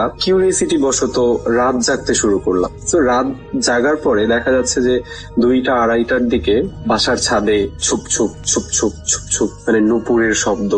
কখনো হয় না এরকম যে লোহার রড মাটিতে রেখে একজন হাত দিয়ে ধরে টেনে টেনে নিয়ে যাচ্ছে, মানে একটা গড় গড় গড় গড় গড় গড় একটা সাউন্ড হচ্ছে লোহার। সেরকম অদ্ভুত রকমের শব্দ, সাউন্ড আমরা শুনতেই থাকি। তো এই ব্যাপারগুলো আমাদের কাছে নর্মাল হয়ে যায়।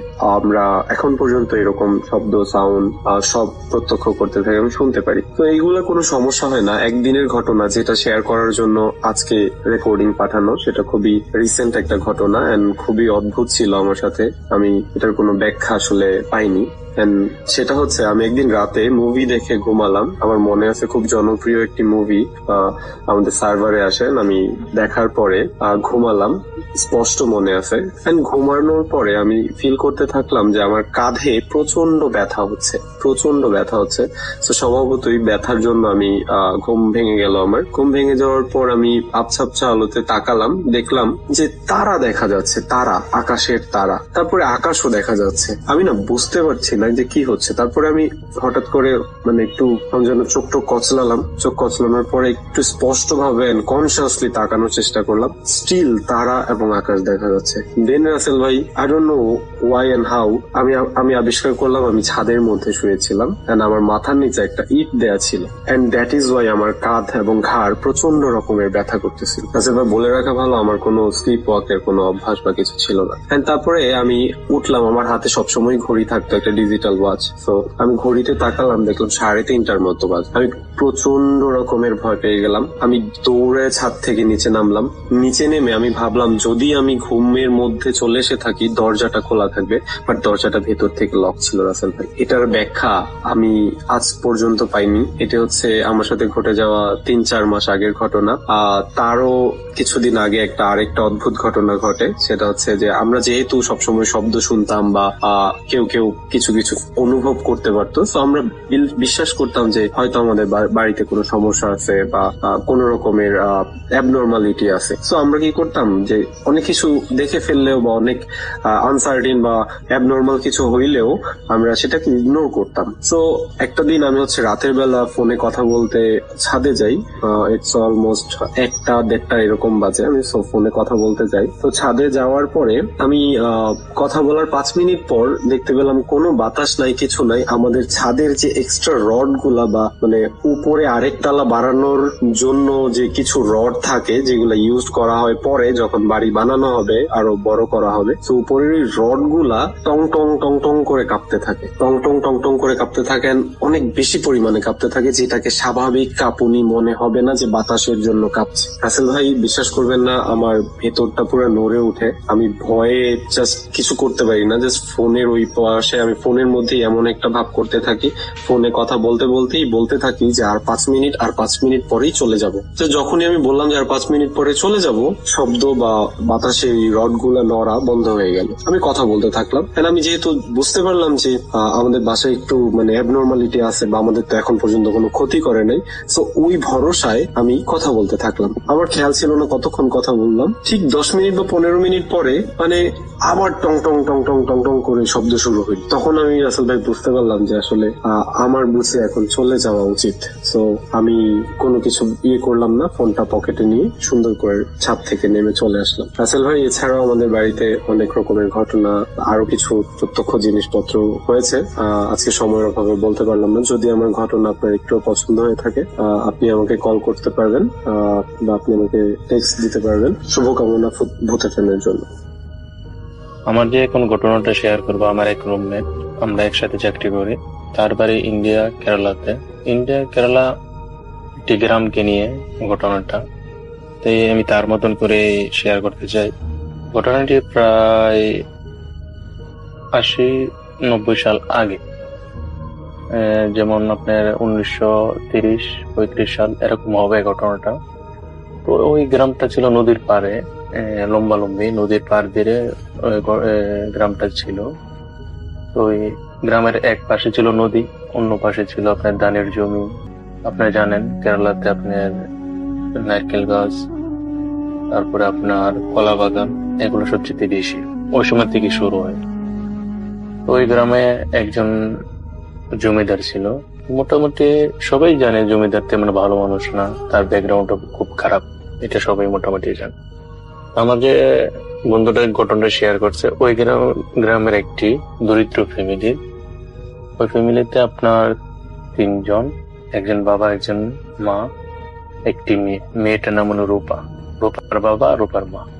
খুব দরিদ্র ফ্যামিলি ছিল। বাবাটা কোনো কাজকর্ম কিছুই করতো না, পাওনাদার থেকে টাকা নিয়ে কোন রকমের সংসারটা চালাতো, আর মা জমিটমি কিছু চাষ করতে পারতো। হঠাৎ একদিন দেখা গেছে কি আপনার বাবাটা আবার জুয়া খেলতো, অনেক টাকা ঋণ দিয়ে রয়ে গেছে। তো যারা টাকা পাওনাদার বাসে এসে একদিন ওর বাবাকে, রূপার বাবাকে মারধর করে। তো মারধর করার পরে ওই দিন রাত্রি থেকেই রূপার বাবাকে আর খুঁজে পাওয়া যায় না। এরকম ভাবে 1 সপ্তাহ হয়ে গেছে। 1 সপ্তাহ হওয়ার পর যারা পাওনাদার, ওনারা তো আর ওয়েট করবে না, তো ওরা এসে আপনার ওদের বাড়ি কিছু জমি ছিল, ওগুলো পুরোটাই দখল করে নিয়ে গেছে। তো এখন রূপার মা তখন কি করবে? রূপার বয়সে তেমন নয়, 3-4 বছর হবে এরকম। তো ওই রূপার মা চিন্তা করে দেখছে, আমি আর কোথায় যাব, ঠিক আছে একটু জমিদার বাড়িতে যাই, গিয়ে দেখি কোনো কিছু হয় কিনা। তো জমিদার বউটা মোটামুটি ভালো ছিল আর কি, তেমন যে ভালো তাও না, মোটামুটি ভালো ছিল। তখন কান্নাকাটি করার পর রূপাকে দেখে, রূপা খুব সুন্দর ছিল, এক ছিল, মেয়ে ছিল, সরি। রূপাকে দেখে মোটামুটি জমিদার বউ খুব পছন্দ করে। ওনারও কোন মেয়ে ছিল, ওনার 3টা ছেলে ছিল। তো এই বলছে যে ঠিক আছে, তাহলে তোমরা থাকো, কাজকর্ম করো আমার বাসাতে, বড় হলে তোমার মেয়েকে আমি বিয়ে দিয়ে দেবো। তো এই আশায় আপনার রূপার মা কাজ শুরু করে। যখন রূপার 12 থেকে 13 বছর হয়, তখন তার মা হঠাৎ করে মারা যায়। মারা যাওয়ার পরে রূপা খুব কান্নাকাটি করে, যেরকম মা মারা গেলে সন্তান যেটা করে ওইটাই আর কি। কান্নাকাটি করে খুব আপসেট থাকে। তখন তার 14 বা 13 বছর বয়স সম্ভবত। তো আরো 5 মাস যাওয়ার পরে জমিদার বড় ছেলের সাথে একটা তার সম্পর্ক করে যায়। সম্পর্ক এককালীন হওয়ার পরে চলতেই আছে। কিছুদিন পরে রূপা বুঝতে পারে সে প্রেগনেন্ট। তখন আপনার জমিদার বড় ছেলেকে একদিন রাতে ছাদের মধ্যে নিয়ে বলতেছে, আমি তো প্রেগনেন্ট, আমাকে তুমি বিয়ে করতে হবে। তুমি যদি আমাকে এখন বিয়ে না করো, আমি সমাজে মুখ দেখাতে পারবো না। তখন জমিদার ছেলেটা ওকে একটা আশ্বাস দেয়, ঠিক আছে আমি দেখি আমার মা বাবার সাথে আলাপ করে তোমাকে আমি পরে জানাবো। তো এরকম 1 সপ্তাহ চলে যায়, কিন্তু ওই জমিদার যার সাথে রূপা সম্পর্ক, ওকে মানে ধরার কাছে বলার জন্য বা একটু একলা কথা বলার জন্য কোনো সুযোগ পাচ্ছে না।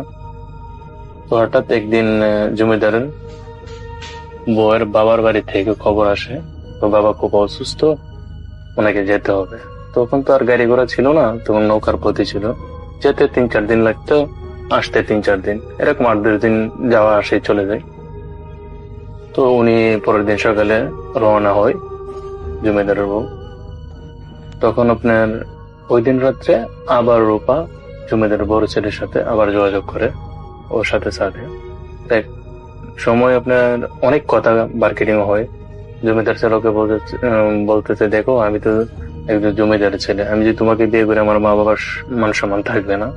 আমি তোমাকে কিছু টাকা পয়সা দিয়ে দিব, তুমি অন্য কোনো জায়গার মধ্যে তোমাকে বিয়ে দিয়ে দেবো, তুমি চলে যাবে এখান থেকে, আমি কিছু টাকা পয়সা। রূপা মানতে রাজি না, ও ওর কাছে বিয়ে হবে। তো এই ঘটনাটা জমিদার কিছুটা বুঝতে পারে, ওদের সাথে কথা বলার সময় জমিদার কিছুটা টের পায়। তো পরের দিন সকালে জমিদার বড় ছেলের সাথে জমিদার কথা বলে কি ঘটনাটা কি আসে বিষয়। তখন বড় ছেলে সবকিছু খুলে বলার পরে তো একটু রাগান্ত পাবো হইবেই। তো ওখানে ওনারা একটা প্ল্যান করে, ঠিক আছে আজকের রাত্রে রূপাকে ছাদের উপর নিয়ে আসো, বলো কথা আছে। তুই ছাদের উপর নিয়ে আসে কথা আছে, বলো তুমি তাকে টাকা দিবে, স্বর্ণ দিবে, যদি মানে তো মানলেই, না মানলে পরেরটা দেখা যাবে। ওনারা একটা প্ল্যান করে ওকে ছাদে নিয়ে আসে, জমিদার বাড়ির ছাদে নিয়ে আসে। জমিদার বাড়ি যেরকম হয়, যা বলার নতুন কোনো বলার কোনো প্রয়োজন নাই, সবাই জানে কিরকম হয় জমিদার বাড়ি বলা। তো আপনার রাত্রে আসার পরেও ওই ছেলেটা একই প্রস্তাব দিয়ে, কিন্তু মেয়েটা মানে না, রূপা মানে না। এক সময় আপনার কি হয়, একটা দস্তাবেজটি মানে হাতাহাতি পর্যায়ে চলে যায়। তখন জমিদারে আর জমিদার ছেলে মিলে ওকে ছাদ থেকে ফেলে দেয়। ছাদ থেকে ফেলে দেওয়ার সাথে সাথে রূপা মানে মারা যায়নি, কিছুটা হয়তো জীবিত ছিল। তখন ওনারা তাড়াতাড়ি করে নিচে যায়, নিচে গিয়ে এসে দুজন বাড়ির পাহারাদার যে জমিদার, ওনাকে ডাক দিয়ে ওনাকে মোটা অঙ্কের টাকা দিয়ে মুখ বন্ধ রাখার জন্য বলে। জমিদারের বাসার পাশেই একটা নারকেল গাছ ছিল, একটা কলা গাছ, একটা নারকেল গাছ বাগান ছিল। ওই বাগানে একটি নারকেল গাছের নিচে রূপাকে কবর দিয়ে দিই, মাটি চাপা, কবরও না দাফনও না, কোনো কিছুই না, মাটি চাপা দিয়ে এক বস্তার ভিতরে ঘরে বস্তাটা পার। অসীমত তো রাত রয়ে গেছে, রশিও পায় না, তো এক পাহারাদারের গলার গামছা দিয়ে ওই বস্তার মধ্যে বাঁধে মাটির নিচে চাপা দিয়ে চলে আসে। এভাবে তো কয়েকদিন যাওয়ার পরে জমিদার বউ বাসায় চলে আসে। আসার পরে বলতেছে রূপা কোথায়? রূপা তো বলতেছে এক ছেলের সাথে সম্পর্ক ছিল, তুমি যাওয়ার পরে ও সুযোগ পেয়ে গেছে, আমরা তো জমিদারি নিয়ে ব্যস্ত থাকি, তেমন কিছু দেখে দিই না, ও তো টাকা পয়সা নিয়ে সেটা চলে গেছে। তো রূপার মা একটু মন খারাপ করছে, মেয়েটাকে নিজের মেয়ের মতন দেখতাম, খুব বিশ্বস্ত করতাম, আদর করতাম, এইভাবে চলে গেল। আমাকে বললেই তো পারতো, আমি নিজেই ওকে বিয়ে দিয়ে দিতাম, যেহেতু ওর মার কাছে আমি বলছিলাম। তো আর কি করার আছে, এটাই মেনে নিছে। তো হঠাৎ আপনার একদিন এক তান্ত্রিক আসে, কাপালি এরকম তান্ত্রিকের মতো, উনি আসে, আয়সা জমিদারের বাড়িতে আসে। আয়সা বলতেছে এ বাড়িতে খুব খারাপ কিছু হবে, মানে ভবিষ্যৎবাণী বলতেছে এ বাড়িতে খুব খারাপ কিছু হবে। ওনাদেরকে একটা বই দেখাচ্ছে। তো যেহেতু অনেক মহিলা মানুষ, জমিদার বউ খুব ডরে, যে বলতেছে বাবা কি হয়েছে? বলতেছে তোমাদের খুব খারাপ কিছু হয়েছে এ বাড়িতে। তো ওনারা বলতেছে আমরা কি করতে পারি, তোমাদের ভবিষ্যতে খারাপ যাবে। তখন বলতেছে এটার থেকে বাঁচার জন্য আমরা কি করতে পারি? আমি একটু পূজা করে দেবো তোমাদেরকে, আমি ধ্যানে বসবো, কিছু সামান লাগবে। উনি বলতেছে তোমার ফ্যামিলির সবাই কাপড় নিয়ে আসো। কাপড় নিয়ে আসছে, তারপরে আপনার বিভিন্ন ধরনের যেগুলো ইউজ করে এগুলো জিনিস নিয়ে আসার জন্য বলছে। তো উনি এগুলো জিনিস নিয়ে আসছে। আচ্ছা, তিনি একটা ধ্যান শুরু করে বলতেছে আজ থেকে কোনো সমস্যা হবে না, আমি চলে যাই। উনি চলে গেছে। ও তান্ত্রিক হঠাৎ করে যেভাবে এসেছিল হঠাৎ করে চলে গেছে। ওই দিনকার রাত্রে এত তুফান ওই জমিদার বাড়ির মধ্যে, ঝড় তুফান, রাত্রে প্রচুর ঝড় তুফান। এখন বাসার মধ্যে যে জমিদার বাড়িতে যে দুইজন পাহারাদার ছিল, ওনার তো ঝড় বৃষ্টিতে বাড়ি পাহারা দেওয়া সম্ভব না। ওনাদের যে রুমের মধ্যে চলে যায়। তো চলে যাওয়ার পরে তখন দুজন পাহারাদার ছিল। তো দুজনের মধ্যে একজন কিছুটা তন্দ্রার মধ্যে চলে যায়, হয়তো বা ঘুমাই নাই। আরেকজন বসে রয়েছে আর কি, হারিকেন জ্বালিয়ে। হারিকেন হতে সবাই বুঝেন, হারিকেন জ্বালিয়ে বসে আছে। হঠাৎ বাইরে দেখে ঝড় বৃষ্টির মধ্যে, ঝড়ের সামনে কি একটা যেন দাঁড়িয়ে আছে। একজন পাহারাদার, উনি দেখতেছে ফার্স্টে। প্রথম দেখে উনি বলতেছে হয়তো বা বাসার ভিতর থেকে কেউ বাড়িছে।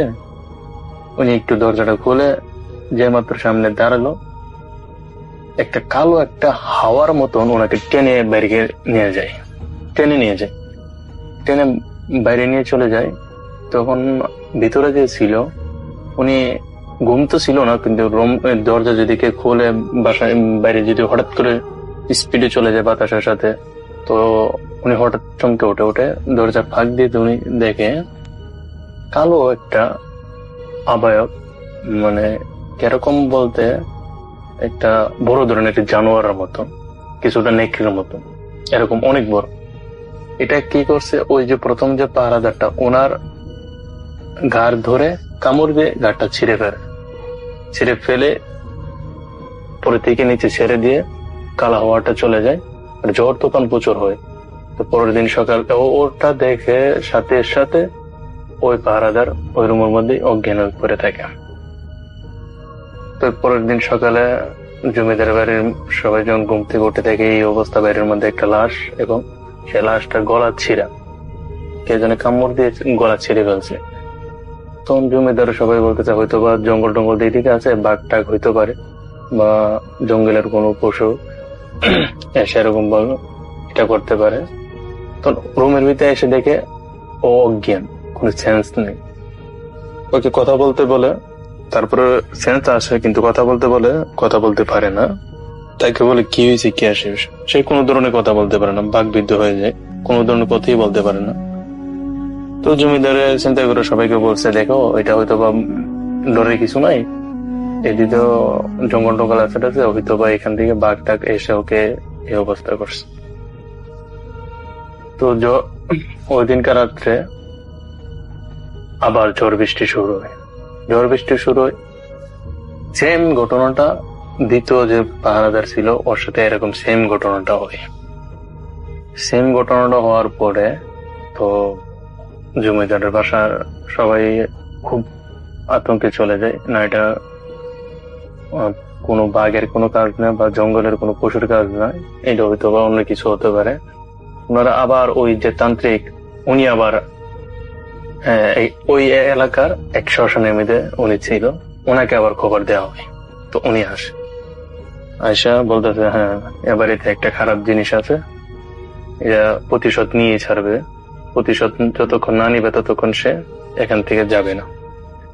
তখন জমিদারের বউ কান্নাকাটি করে, বাবা আমাদেরকে বাঁচান। ঠিক আছে তোমার হাজবেন্ড তোমার স্বামীকে বলো ও কি করছে, কি ধরনের পাপ করছে। তো জমিদার কোনো কিছু বলে না বউকে। তো উনি বলতেছে আমি একটা রাত্রে সন্ধ্যার সময় আসবো, এসে আমি একটা ধেনু বসবো, আমি একটা বিরাট ধরনের পূজা করবো এখানে, কিন্তু সন্ধ্যা হওয়ার সাথে সাথে কেউ বাসার থেকে যত ধরনের সাউন্ড শব্দ হবে কেউ বাসার থেকে বের হতে পারবে না। তো ওনারা বলছে আচ্ছা ঠিক আছে। তো উনি আপনার সন্ধ্যাবেলা আসে, এসে ধেনু বসে, ওনারা সবাই রুমের ভিতরে দেখে আপনার আবার ঝড় বৃষ্টি নাই, কিন্তু ঝড় আসছে, প্রচুর বাতাস, কোনো বৃষ্টি নাই। উনি সন্ধ্যা থেকে সকাল ভোর পর্যন্ত ছিল, কি করছে উনি কাউকে কিছু বলে নাই, না বলে জমিদার বাড়ির বউকে বলে যায় আজ থেকে কোনো সমস্যা নেই, তোমরা খুব ভালো থাকবে, আমি চলে যাই। ওনাকে দান দিকনে দেওয়ার জন্য, টাকা পয়সা দেওয়ার জন্য আসছিল, কিন্তু কেউ কিছুই নেই নাই, প্রথমবারও নেই নাই, দ্বিতীয়বার কি নেও নেই, যার কারণে ওনাদের একটু বিশ্বাস হয়ে গেছে না উনি খুব ভালো মানুষ। যদি টাকার জন্য এগুলো করতো তো টাকা নিত, কারণ ওনার টাকা পয়সা কিছু নেই, উনি চলে গেছে। তো এরকম এক সপ্তাহের মতন ভালো ছিল। এক সপ্তাহ পরে হঠাৎ আপনার জমিদার যে বড় ছেলেটা, সে রুমের দরজা খুলে বাইরের ছাদের দিকে একটু হাঁটাহাঁটি করার জন্য যাবে, এরকম সময় আপনার শুনে কি নুপুরের একটা আওয়াজ। তো হঠাৎ করে চিন্তা করে দেখে বাড়িতে তেমন কেউ নাই, উপরের তলার মধ্যে এরকম ছাদের মধ্যে কেউ নুপুর পরে হাঁটাহাঁটি করবে, তার একটা কিউরিয়াসিটি জাগে। তো সেও ওই সাউন্ডের সাথে সাথে সাথে সাথে ছাদের উপরে যায়। এটা আবার মানে উনি যে ছাদের উপরে যাচ্ছে বা যেতেছে, এটা আবার জমিদার কিছুটা দেখতে পারে, কারণ উনি মুরব্বী মানুষ, উনি রাত্রে তেমন একটা ঘুমান না। আর ও ঘটনার পরে তিনি জানালা খুলে দেখতে চায় আর কি। তো এক সপ্তাহের মতো হয়ে গেছে, কোনো সমস্যা নেই, উনি জমিদারও কেন কিছু বলে নাই, ছেলেজন ছাদে যাচ্ছে একটু হাওয়া খাওয়ার জন্য, যাক সমস্যা নেই, ছাদে যায়। ছাদে যাওয়ার পরে তো জমিদারও আবার এসে শুয়ে যায়। পরের দিন সকালে দেখে ওনার বড় ছেলে নিচে পড়ে আছে, উপর থেকে ফেলে দেয় বা হাত পা এক ধরনের হামছি, যেরকম একটা বাঘ যদি শিকার করে যেরকম সারা শরীরে ছিন্ন বন্য করে ফেলছে। এটা দেখে তো আপনার খুব সবাই আতঙ্কের মধ্যে চলে গেছে, কান্নাকাটি, বাড়াসেন বড় ছেলে সবাই শোক পালনের মধ্যে চলে গেছে, কান্নাকাটি করতেছে। তো আপনার জমিদারের বউ এক ভাই ছিল, সে জিনিসটা বুঝতে পারে, তার শুনে তার ভাগ্নের এই অবস্থা হয়েছে। উনি করছে একজন হুজুর নিয়ে আসছে, খুব নামি হুজুর, অনেক ওই এলাকার খুব মানে নাম দাম আছে ওনার, বা উনি খুব ভালো হুজুর এরকম সবাই জানে। তো ওনাকে নিয়ে আসে। তো উনি আইসেই বলছে এ বাড়িতে এত বড় সমস্যা হয়ে গেছে, এখন আমাকে ডাকতেছেন, এখন তো সবাইকে খেয়ে ফেলবে, কাউকে ছাড় দিবে না, এ বাড়িতে খুব খারাপ কিছু আছে, ওই তান্ত্রিকের মতো সে বলে যায়। তো বলতেছে যে আপনার জমিদার, উনি বলতেছে এইটা থেকে কিভাবে রেখাই পায়। তো উনি ওনাকে বলে আপনি পাপের শাস্তি আপনাকে অবশ্যই পেতে হবে। আপনি যা করছেন আপনি জানেন। আমি এ বাসায় ঢুকি বুঝতে পারছি কি কি ঘটনা হচ্ছে, আমার চোখের সামনে সবকিছু ভাসতেছে। তো উনি এই ধরনের কথা শুনে জমিদার বউ ওনাকে প্রেশার দিক, কি হয়েছে আপনি বলেন, সবাই আপনাকে এই ধরনের কথা বলতেছে, ঘটনা কি?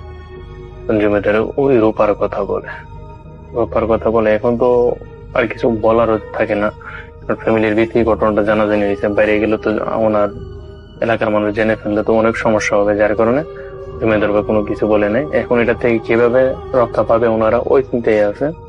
তো হুজুর বলে ঠিক আছে, আমি সন্ধ্যালা আসবো, আমার কিছু ছাত্র আসবে, 30 জন ছাত্র আসবে, ওদেরকে নিয়ে আসবো, কিন্তু আপনারা সন্ধ্যার পরে কেউ বাসা থেকে বেরোতে পারবেন না, যত সাউন্ড হোক যেটা হোক অনেক কিছু বেরোতে পারবেন না। ওই হুজুর আসছে, ওই দিন রাত্রে আসছে, ওনাদের কিছু নিয়ম বলে দেয়, কিছু সামান টামান এগুলা জিনিসপত্র এগুলো জোগাড় করার জন্য ওনারা এগুলা জোগাড় বলতে 30টা কলসি ভরা পানি, এবং পানিটা খুব পাক পবিত্র জায়গা থেকে নিয়ে আসতে হবে। আর অনেক কিছু এটা আমি নাই বললাম। তো উনি রাত্রে সন্ধ্যার সময় আসে, উনারা সবাই নামাজ পড়ে ওই বাড়িতে।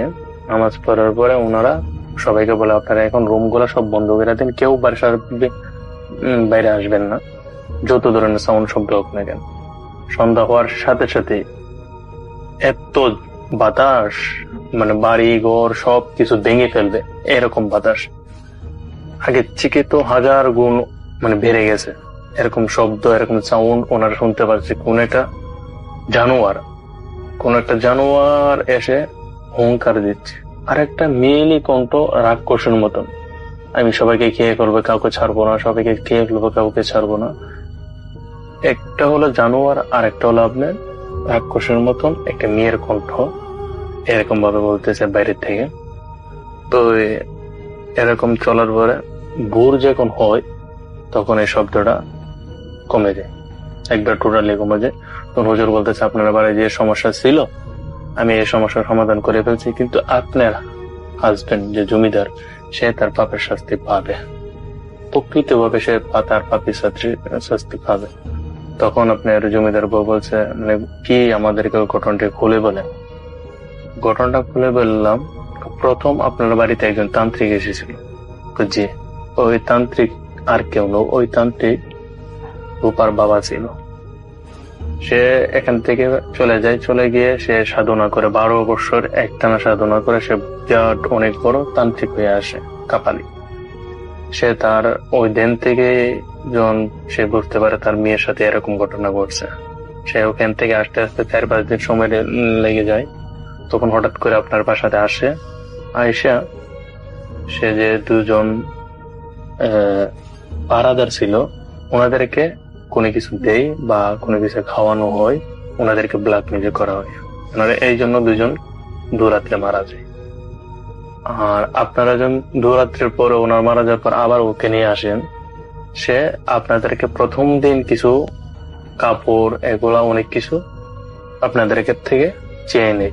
এগুলা সব বাসার চারিদিকে এগুলা সে পুঁতে রাখে। এবং আপনারা যে আপনার হাজবেন্ড যে ওই মেয়েটার নারকেল গাছের নিচে দাফন দিয়েছিল, মানে মাটি চাপা দিয়েছিল, সে ওই দিন রাত্রে ওই লাশটার তার মেয়ের মাথার চুল দিয়ে ওখান থেকে নিয়ে আসে, চুলগুলা নিয়ে আসে, আপনাদের কাপড়গুলা দিয়ে সে ব্ল্যাক মিউজিক করে। ব্ল্যাক মিউজিক করে পুরো সব জায়গার মধ্যে 30টা জায়গার মধ্যে সে পুঁতে রাখে, যাতে কোনোভাবে একটা তুলে ফেলে যে আরেকটা নষ্ট না হয়, 30টা জায়গার মধ্যে। তখন বলতে আমি 30 জন হাফিজ নিয়ে এসেছি, কলসি নিয়ে এসেছি, ওই 30 জন এক পারা কোরআন পরে ওই জায়গার মধ্যে পানি ঢালে। তখন এই জিনিসটা ঠান্ডা হয়, ঠান্ডা হওয়ার পরে সবগুলা আবার মাটি সহ কলসির মধ্যে ভরা হয়। আর ওই মেয়েটা তার শেষ কৃত্রিক মানে দাফন সম্পূর্ণ আপনারা লাশগুলো ওখান থেকে তুলে নিয়ে এসে আপনারা ভালো শ্মশানে দাফন করে দিবেন। তখন বলছে 30টা যে কলসি এই 30টা কলসি ওর সাথে সাথে দাফন করা হবে, এবং যে এরিয়াটাতে তাকে দাফন করাবেন এই এরিয়াটা পুরাটাই পাকা করে দিবেন, যাতে ভবিষ্যতে এগুলা কেউ উঠাতে না পারে। আর ওর বাবা চলে গেছে এখান থেকে, কিন্তু আপনার জমিদার, আপনি যে পাপ করছেন এটার শাস্তি আপনাকে পেতে হবে। তো এই কথা বলে তো হুজুরও সবকিছু আর খুলে কিছু বলে নাই, এগুলো বলে ওই চলে যায়। ঠিক 1 বছর পরে জমিদার প্যারালাইসড হয়ে যায়। প্যারালাইসড হয়ে কিছুটা পাগলের মতন হয়ে যায়। তখন তিনি বলে আমি রক্ত খাবো। আরো 1 বছর মতন বেঁচে দিল। তারপরে সে জমিদার মারা যায়। তো মারা যাওয়ার পরে তো ওই ফ্যামিলি ওই বাসাতে আর কেউ থাকে না, আস্তে আস্তে মনে করেন খালি পড়ে থাকে। এখনো ভাঙ্গাচোরা ওই বাসার মধ্যে আছে, কিন্তু বাসার মধ্যে অনেকে অনেক কিছু দেখে। তো ওই যে কবরটা ছিল, কবরটাও এখন নাই, এটা আপনার মাটির নিচে চলে গেছে, হয়তো বা ভেঙে গেছে। এখনো বলে সে ওই যে গ্রামের মধ্যে জমিদার বাড়িটা এখনো আছে, কিন্তু কিছু কিছু মানুষ এখনো ভয় পায়। কেউ চিল্লাচ্ছে, কেউ কান্না করছে, কেউ ডাকছে, কেউ চাদর উপরে হাঁটতেছে, মানে ছেলে না পুরুষ না মহিলা কেউ বোঝা যায় না, শুধু কালো একটা ছায়া পিছে পিছে একটা নেকড়ার মতন তার সাথে সাথে ঘুরতেছে। এরকম ভাবে এখনো ওনারা দেখে ওই কেরালা গ্রামের মানুষগুলা, কিন্তু ওইখানে কেউ যায় নাই, বা এখানে কেউ ওই বাসার ভিতর ঢুকতে কেউ রাত্রে বেলা, সন্ধ্যাবেলা হোক বা দিনের বেলা হোক না কেন ভয় পায়, কেউ ঢুকতে পারে না। তারা সব এই ছিল আমার ঘটনা। যদি ভালো লাগে সবার সাথে শেয়ার করবেন। প্রিয় লিসেনার, আশা করি প্রত্যেকটা ঘটনা আপনাদের মাঝে ভালো লেগেছে। প্রতিনিয়ত এই ধরনের বাছাইকৃত ভয়ানক ঘটনা শুনতে চ্যানেলটি অবশ্যই সাবস্ক্রাইব করে নেবেন। আপনারা যাতে খুব সহজে এই ধরনের বাছাইকৃত ভয়ানক ঘটনা শুনতে পারেন, এই কারণেই বিভিন্ন জায়গা থেকে এই ঘটনাগুলো খুঁজে বের করে শুধুমাত্র আপনাদের জন্যই প্রতিনিয়ত রাত 10টা বাজে পাবলিশ করা হয়। তবে আপনারা যারা এখনো এই চ্যানেলটি সাবস্ক্রাইব করেননি তারা অবশ্যই চ্যানেলটি সাবস্ক্রাইব করে নেবেন। তো আজকের জন্য এখানে বিদায় নেব। আবারও আগামীকাল নতুন কিছু বাছাই করা ভয়ানক ঘটনা নিয়ে আপনাদের মাঝে চলে আসবো। সকলেই ভালো থাকবেন, সুস্থ থাকবেন। আল্লাহ হাফেজ।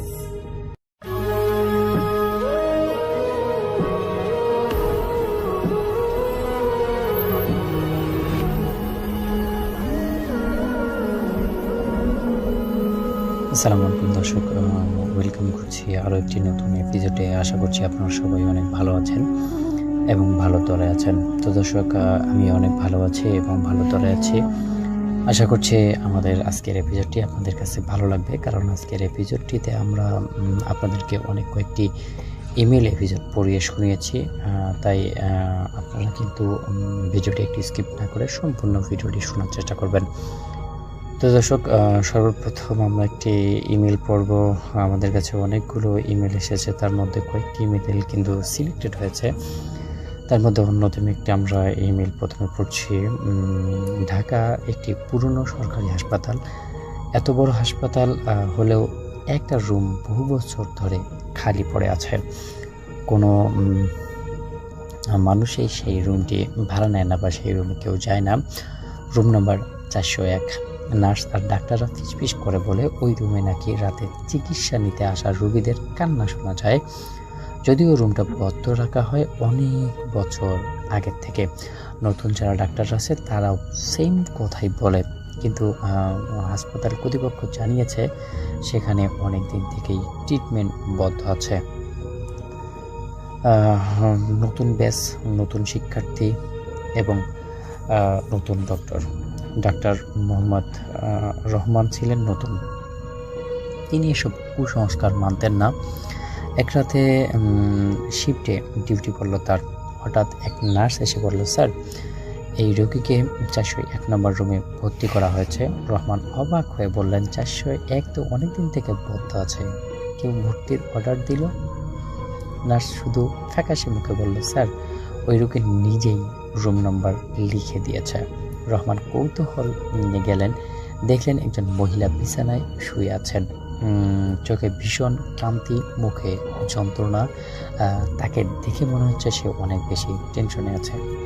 তিনি বললেন, ডাক্তার সাহেব আমার অপারেশন হবে, আমাকে বাঁচান। রহমান পরীক্ষা করতে গিয়ে হাত ধরতেই বুঝলেন শরীরটা অনেক ঠান্ডা, একদম বরফের থেকে অনেক বেশি ঠান্ডা হয়ে আছে।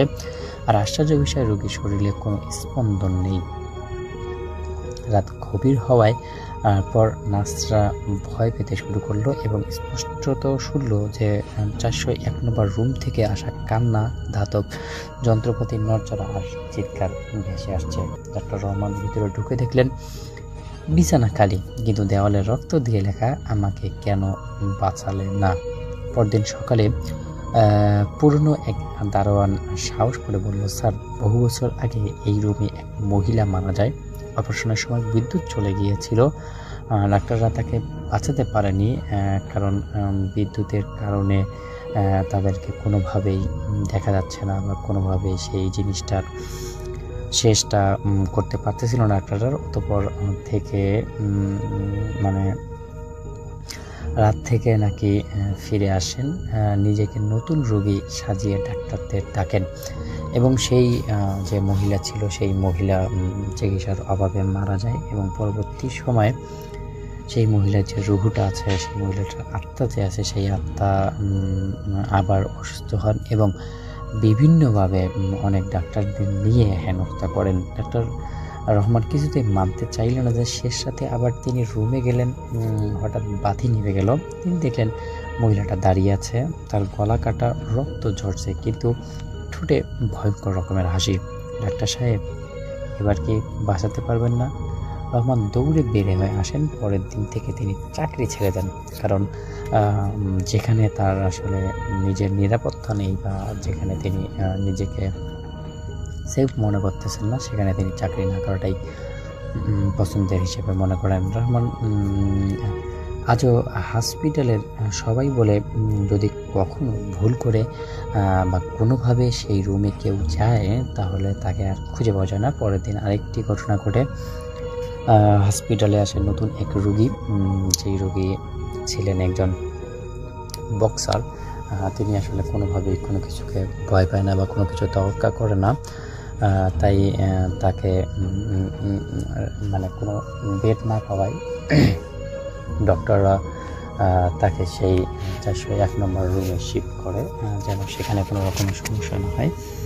কিন্তু পরবর্তী সময় দেখা যায় যে ডক্টরটা ছিল বা যেই বক্সারকে 401 নম্বর রুমে দেওয়া হয়েছিল, সেইখানে কোনো বেড ছিল না বা কেউ সেখানে ছিল না। কিন্তু পরবর্তী সময় আসলে খোঁজ করে নিয়ে দেখা যায় যে বক্সার সাহেব যেখানে ছিল সেখানে ভালো কিছু ছিল না এবং তিনি যেই বেডটির মধ্যে শুয়েছিল সেই বেডটি রাতের বেলা অনেক নড়াচড়া করে এবং অদ্ভুত রকমের শব্দ আসে।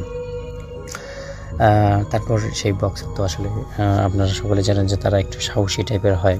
তো তিনি রাতের বেলা লাইট জ্বালিয়ে দিয়ে দেখার চেষ্টা করেন বা বোঝার চেষ্টা করেন যে আসলে এখানে হচ্ছেটা কি। তখন তিনি যখন কোনোভাবেই কোনো কিছু খুঁজে পাচ্ছেন না, তখন তার চোখটা একটু লেগে আসে, মানে ঘুমের একটা ভাব তার মধ্যে চলে আসে। তখন তিনি দেখতে পায় যে তার যে বেডটা আছে সেই বেডটা একটা মহিলা দখল করে আছে, আর যেই মহিলা তাকে মানে ভয় দেখানোর জন্য চেষ্টা করতেছে। অবশেষে কিন্তু আসলে যিনি বক্সার ছিলেন তিনি কোনোভাবেই তাকে সাড়া না দিয়ে তিনি তার মতো তার মানে তার হাতে যেটা ছিল সেটা দিয়ে ঢেল মারে এবং পরবর্তী সময়ে সেটা দেখা যায় যে ওয়ালের মধ্যে ধাক্কা খেয়ে নিচে পড়ে যায়, কিন্তু কোনোভাবেই সেই মহিলাকে ছোঁয় না বা সেই মহিলার দিকে তার কোনো রকম কোনো আশ্বাসও যায় না। পরবর্তী সময়ে আসলে সেই 401 নম্বর রুমটি একদম সিলমোহর করে দেওয়া হয়, কারণ সেখানে কেউ থাকতে পারে না, সেখানে একটা ভয়ঙ্কর আত্মা আছে বলে জানানো হয়। তো দর্শক, আসলে আমাদের আজকের গল্পটি আপনাদের কাছে কেমন লাগলো অবশ্যই কিন্তু জানাতে ভুলবেন না। আর আপনারা চাইলে কিন্তু আমাদেরকে আপনাদের গল্পগুলো পাঠিয়ে দিতে পারেন। আমরা কিন্তু আপনাদের গল্পগুলো প্রতিনিয়ত পড়ি এবং সেই গল্পগুলো অনুযায়ী আমরা কিন্তু আপডেট করার চেষ্টা করতে থাকি। তাই আপনারা চাইলেই কিন্তু আপনাদের গল্পগুলো আমাদের কাছে পাঠিয়ে দিতে পারেন আমাদের জিমেলে অথবা ফেসবুক পেজে। ভালো থাকবেন, সুস্থ থাকবেন, আল্লাহ হাফেজ।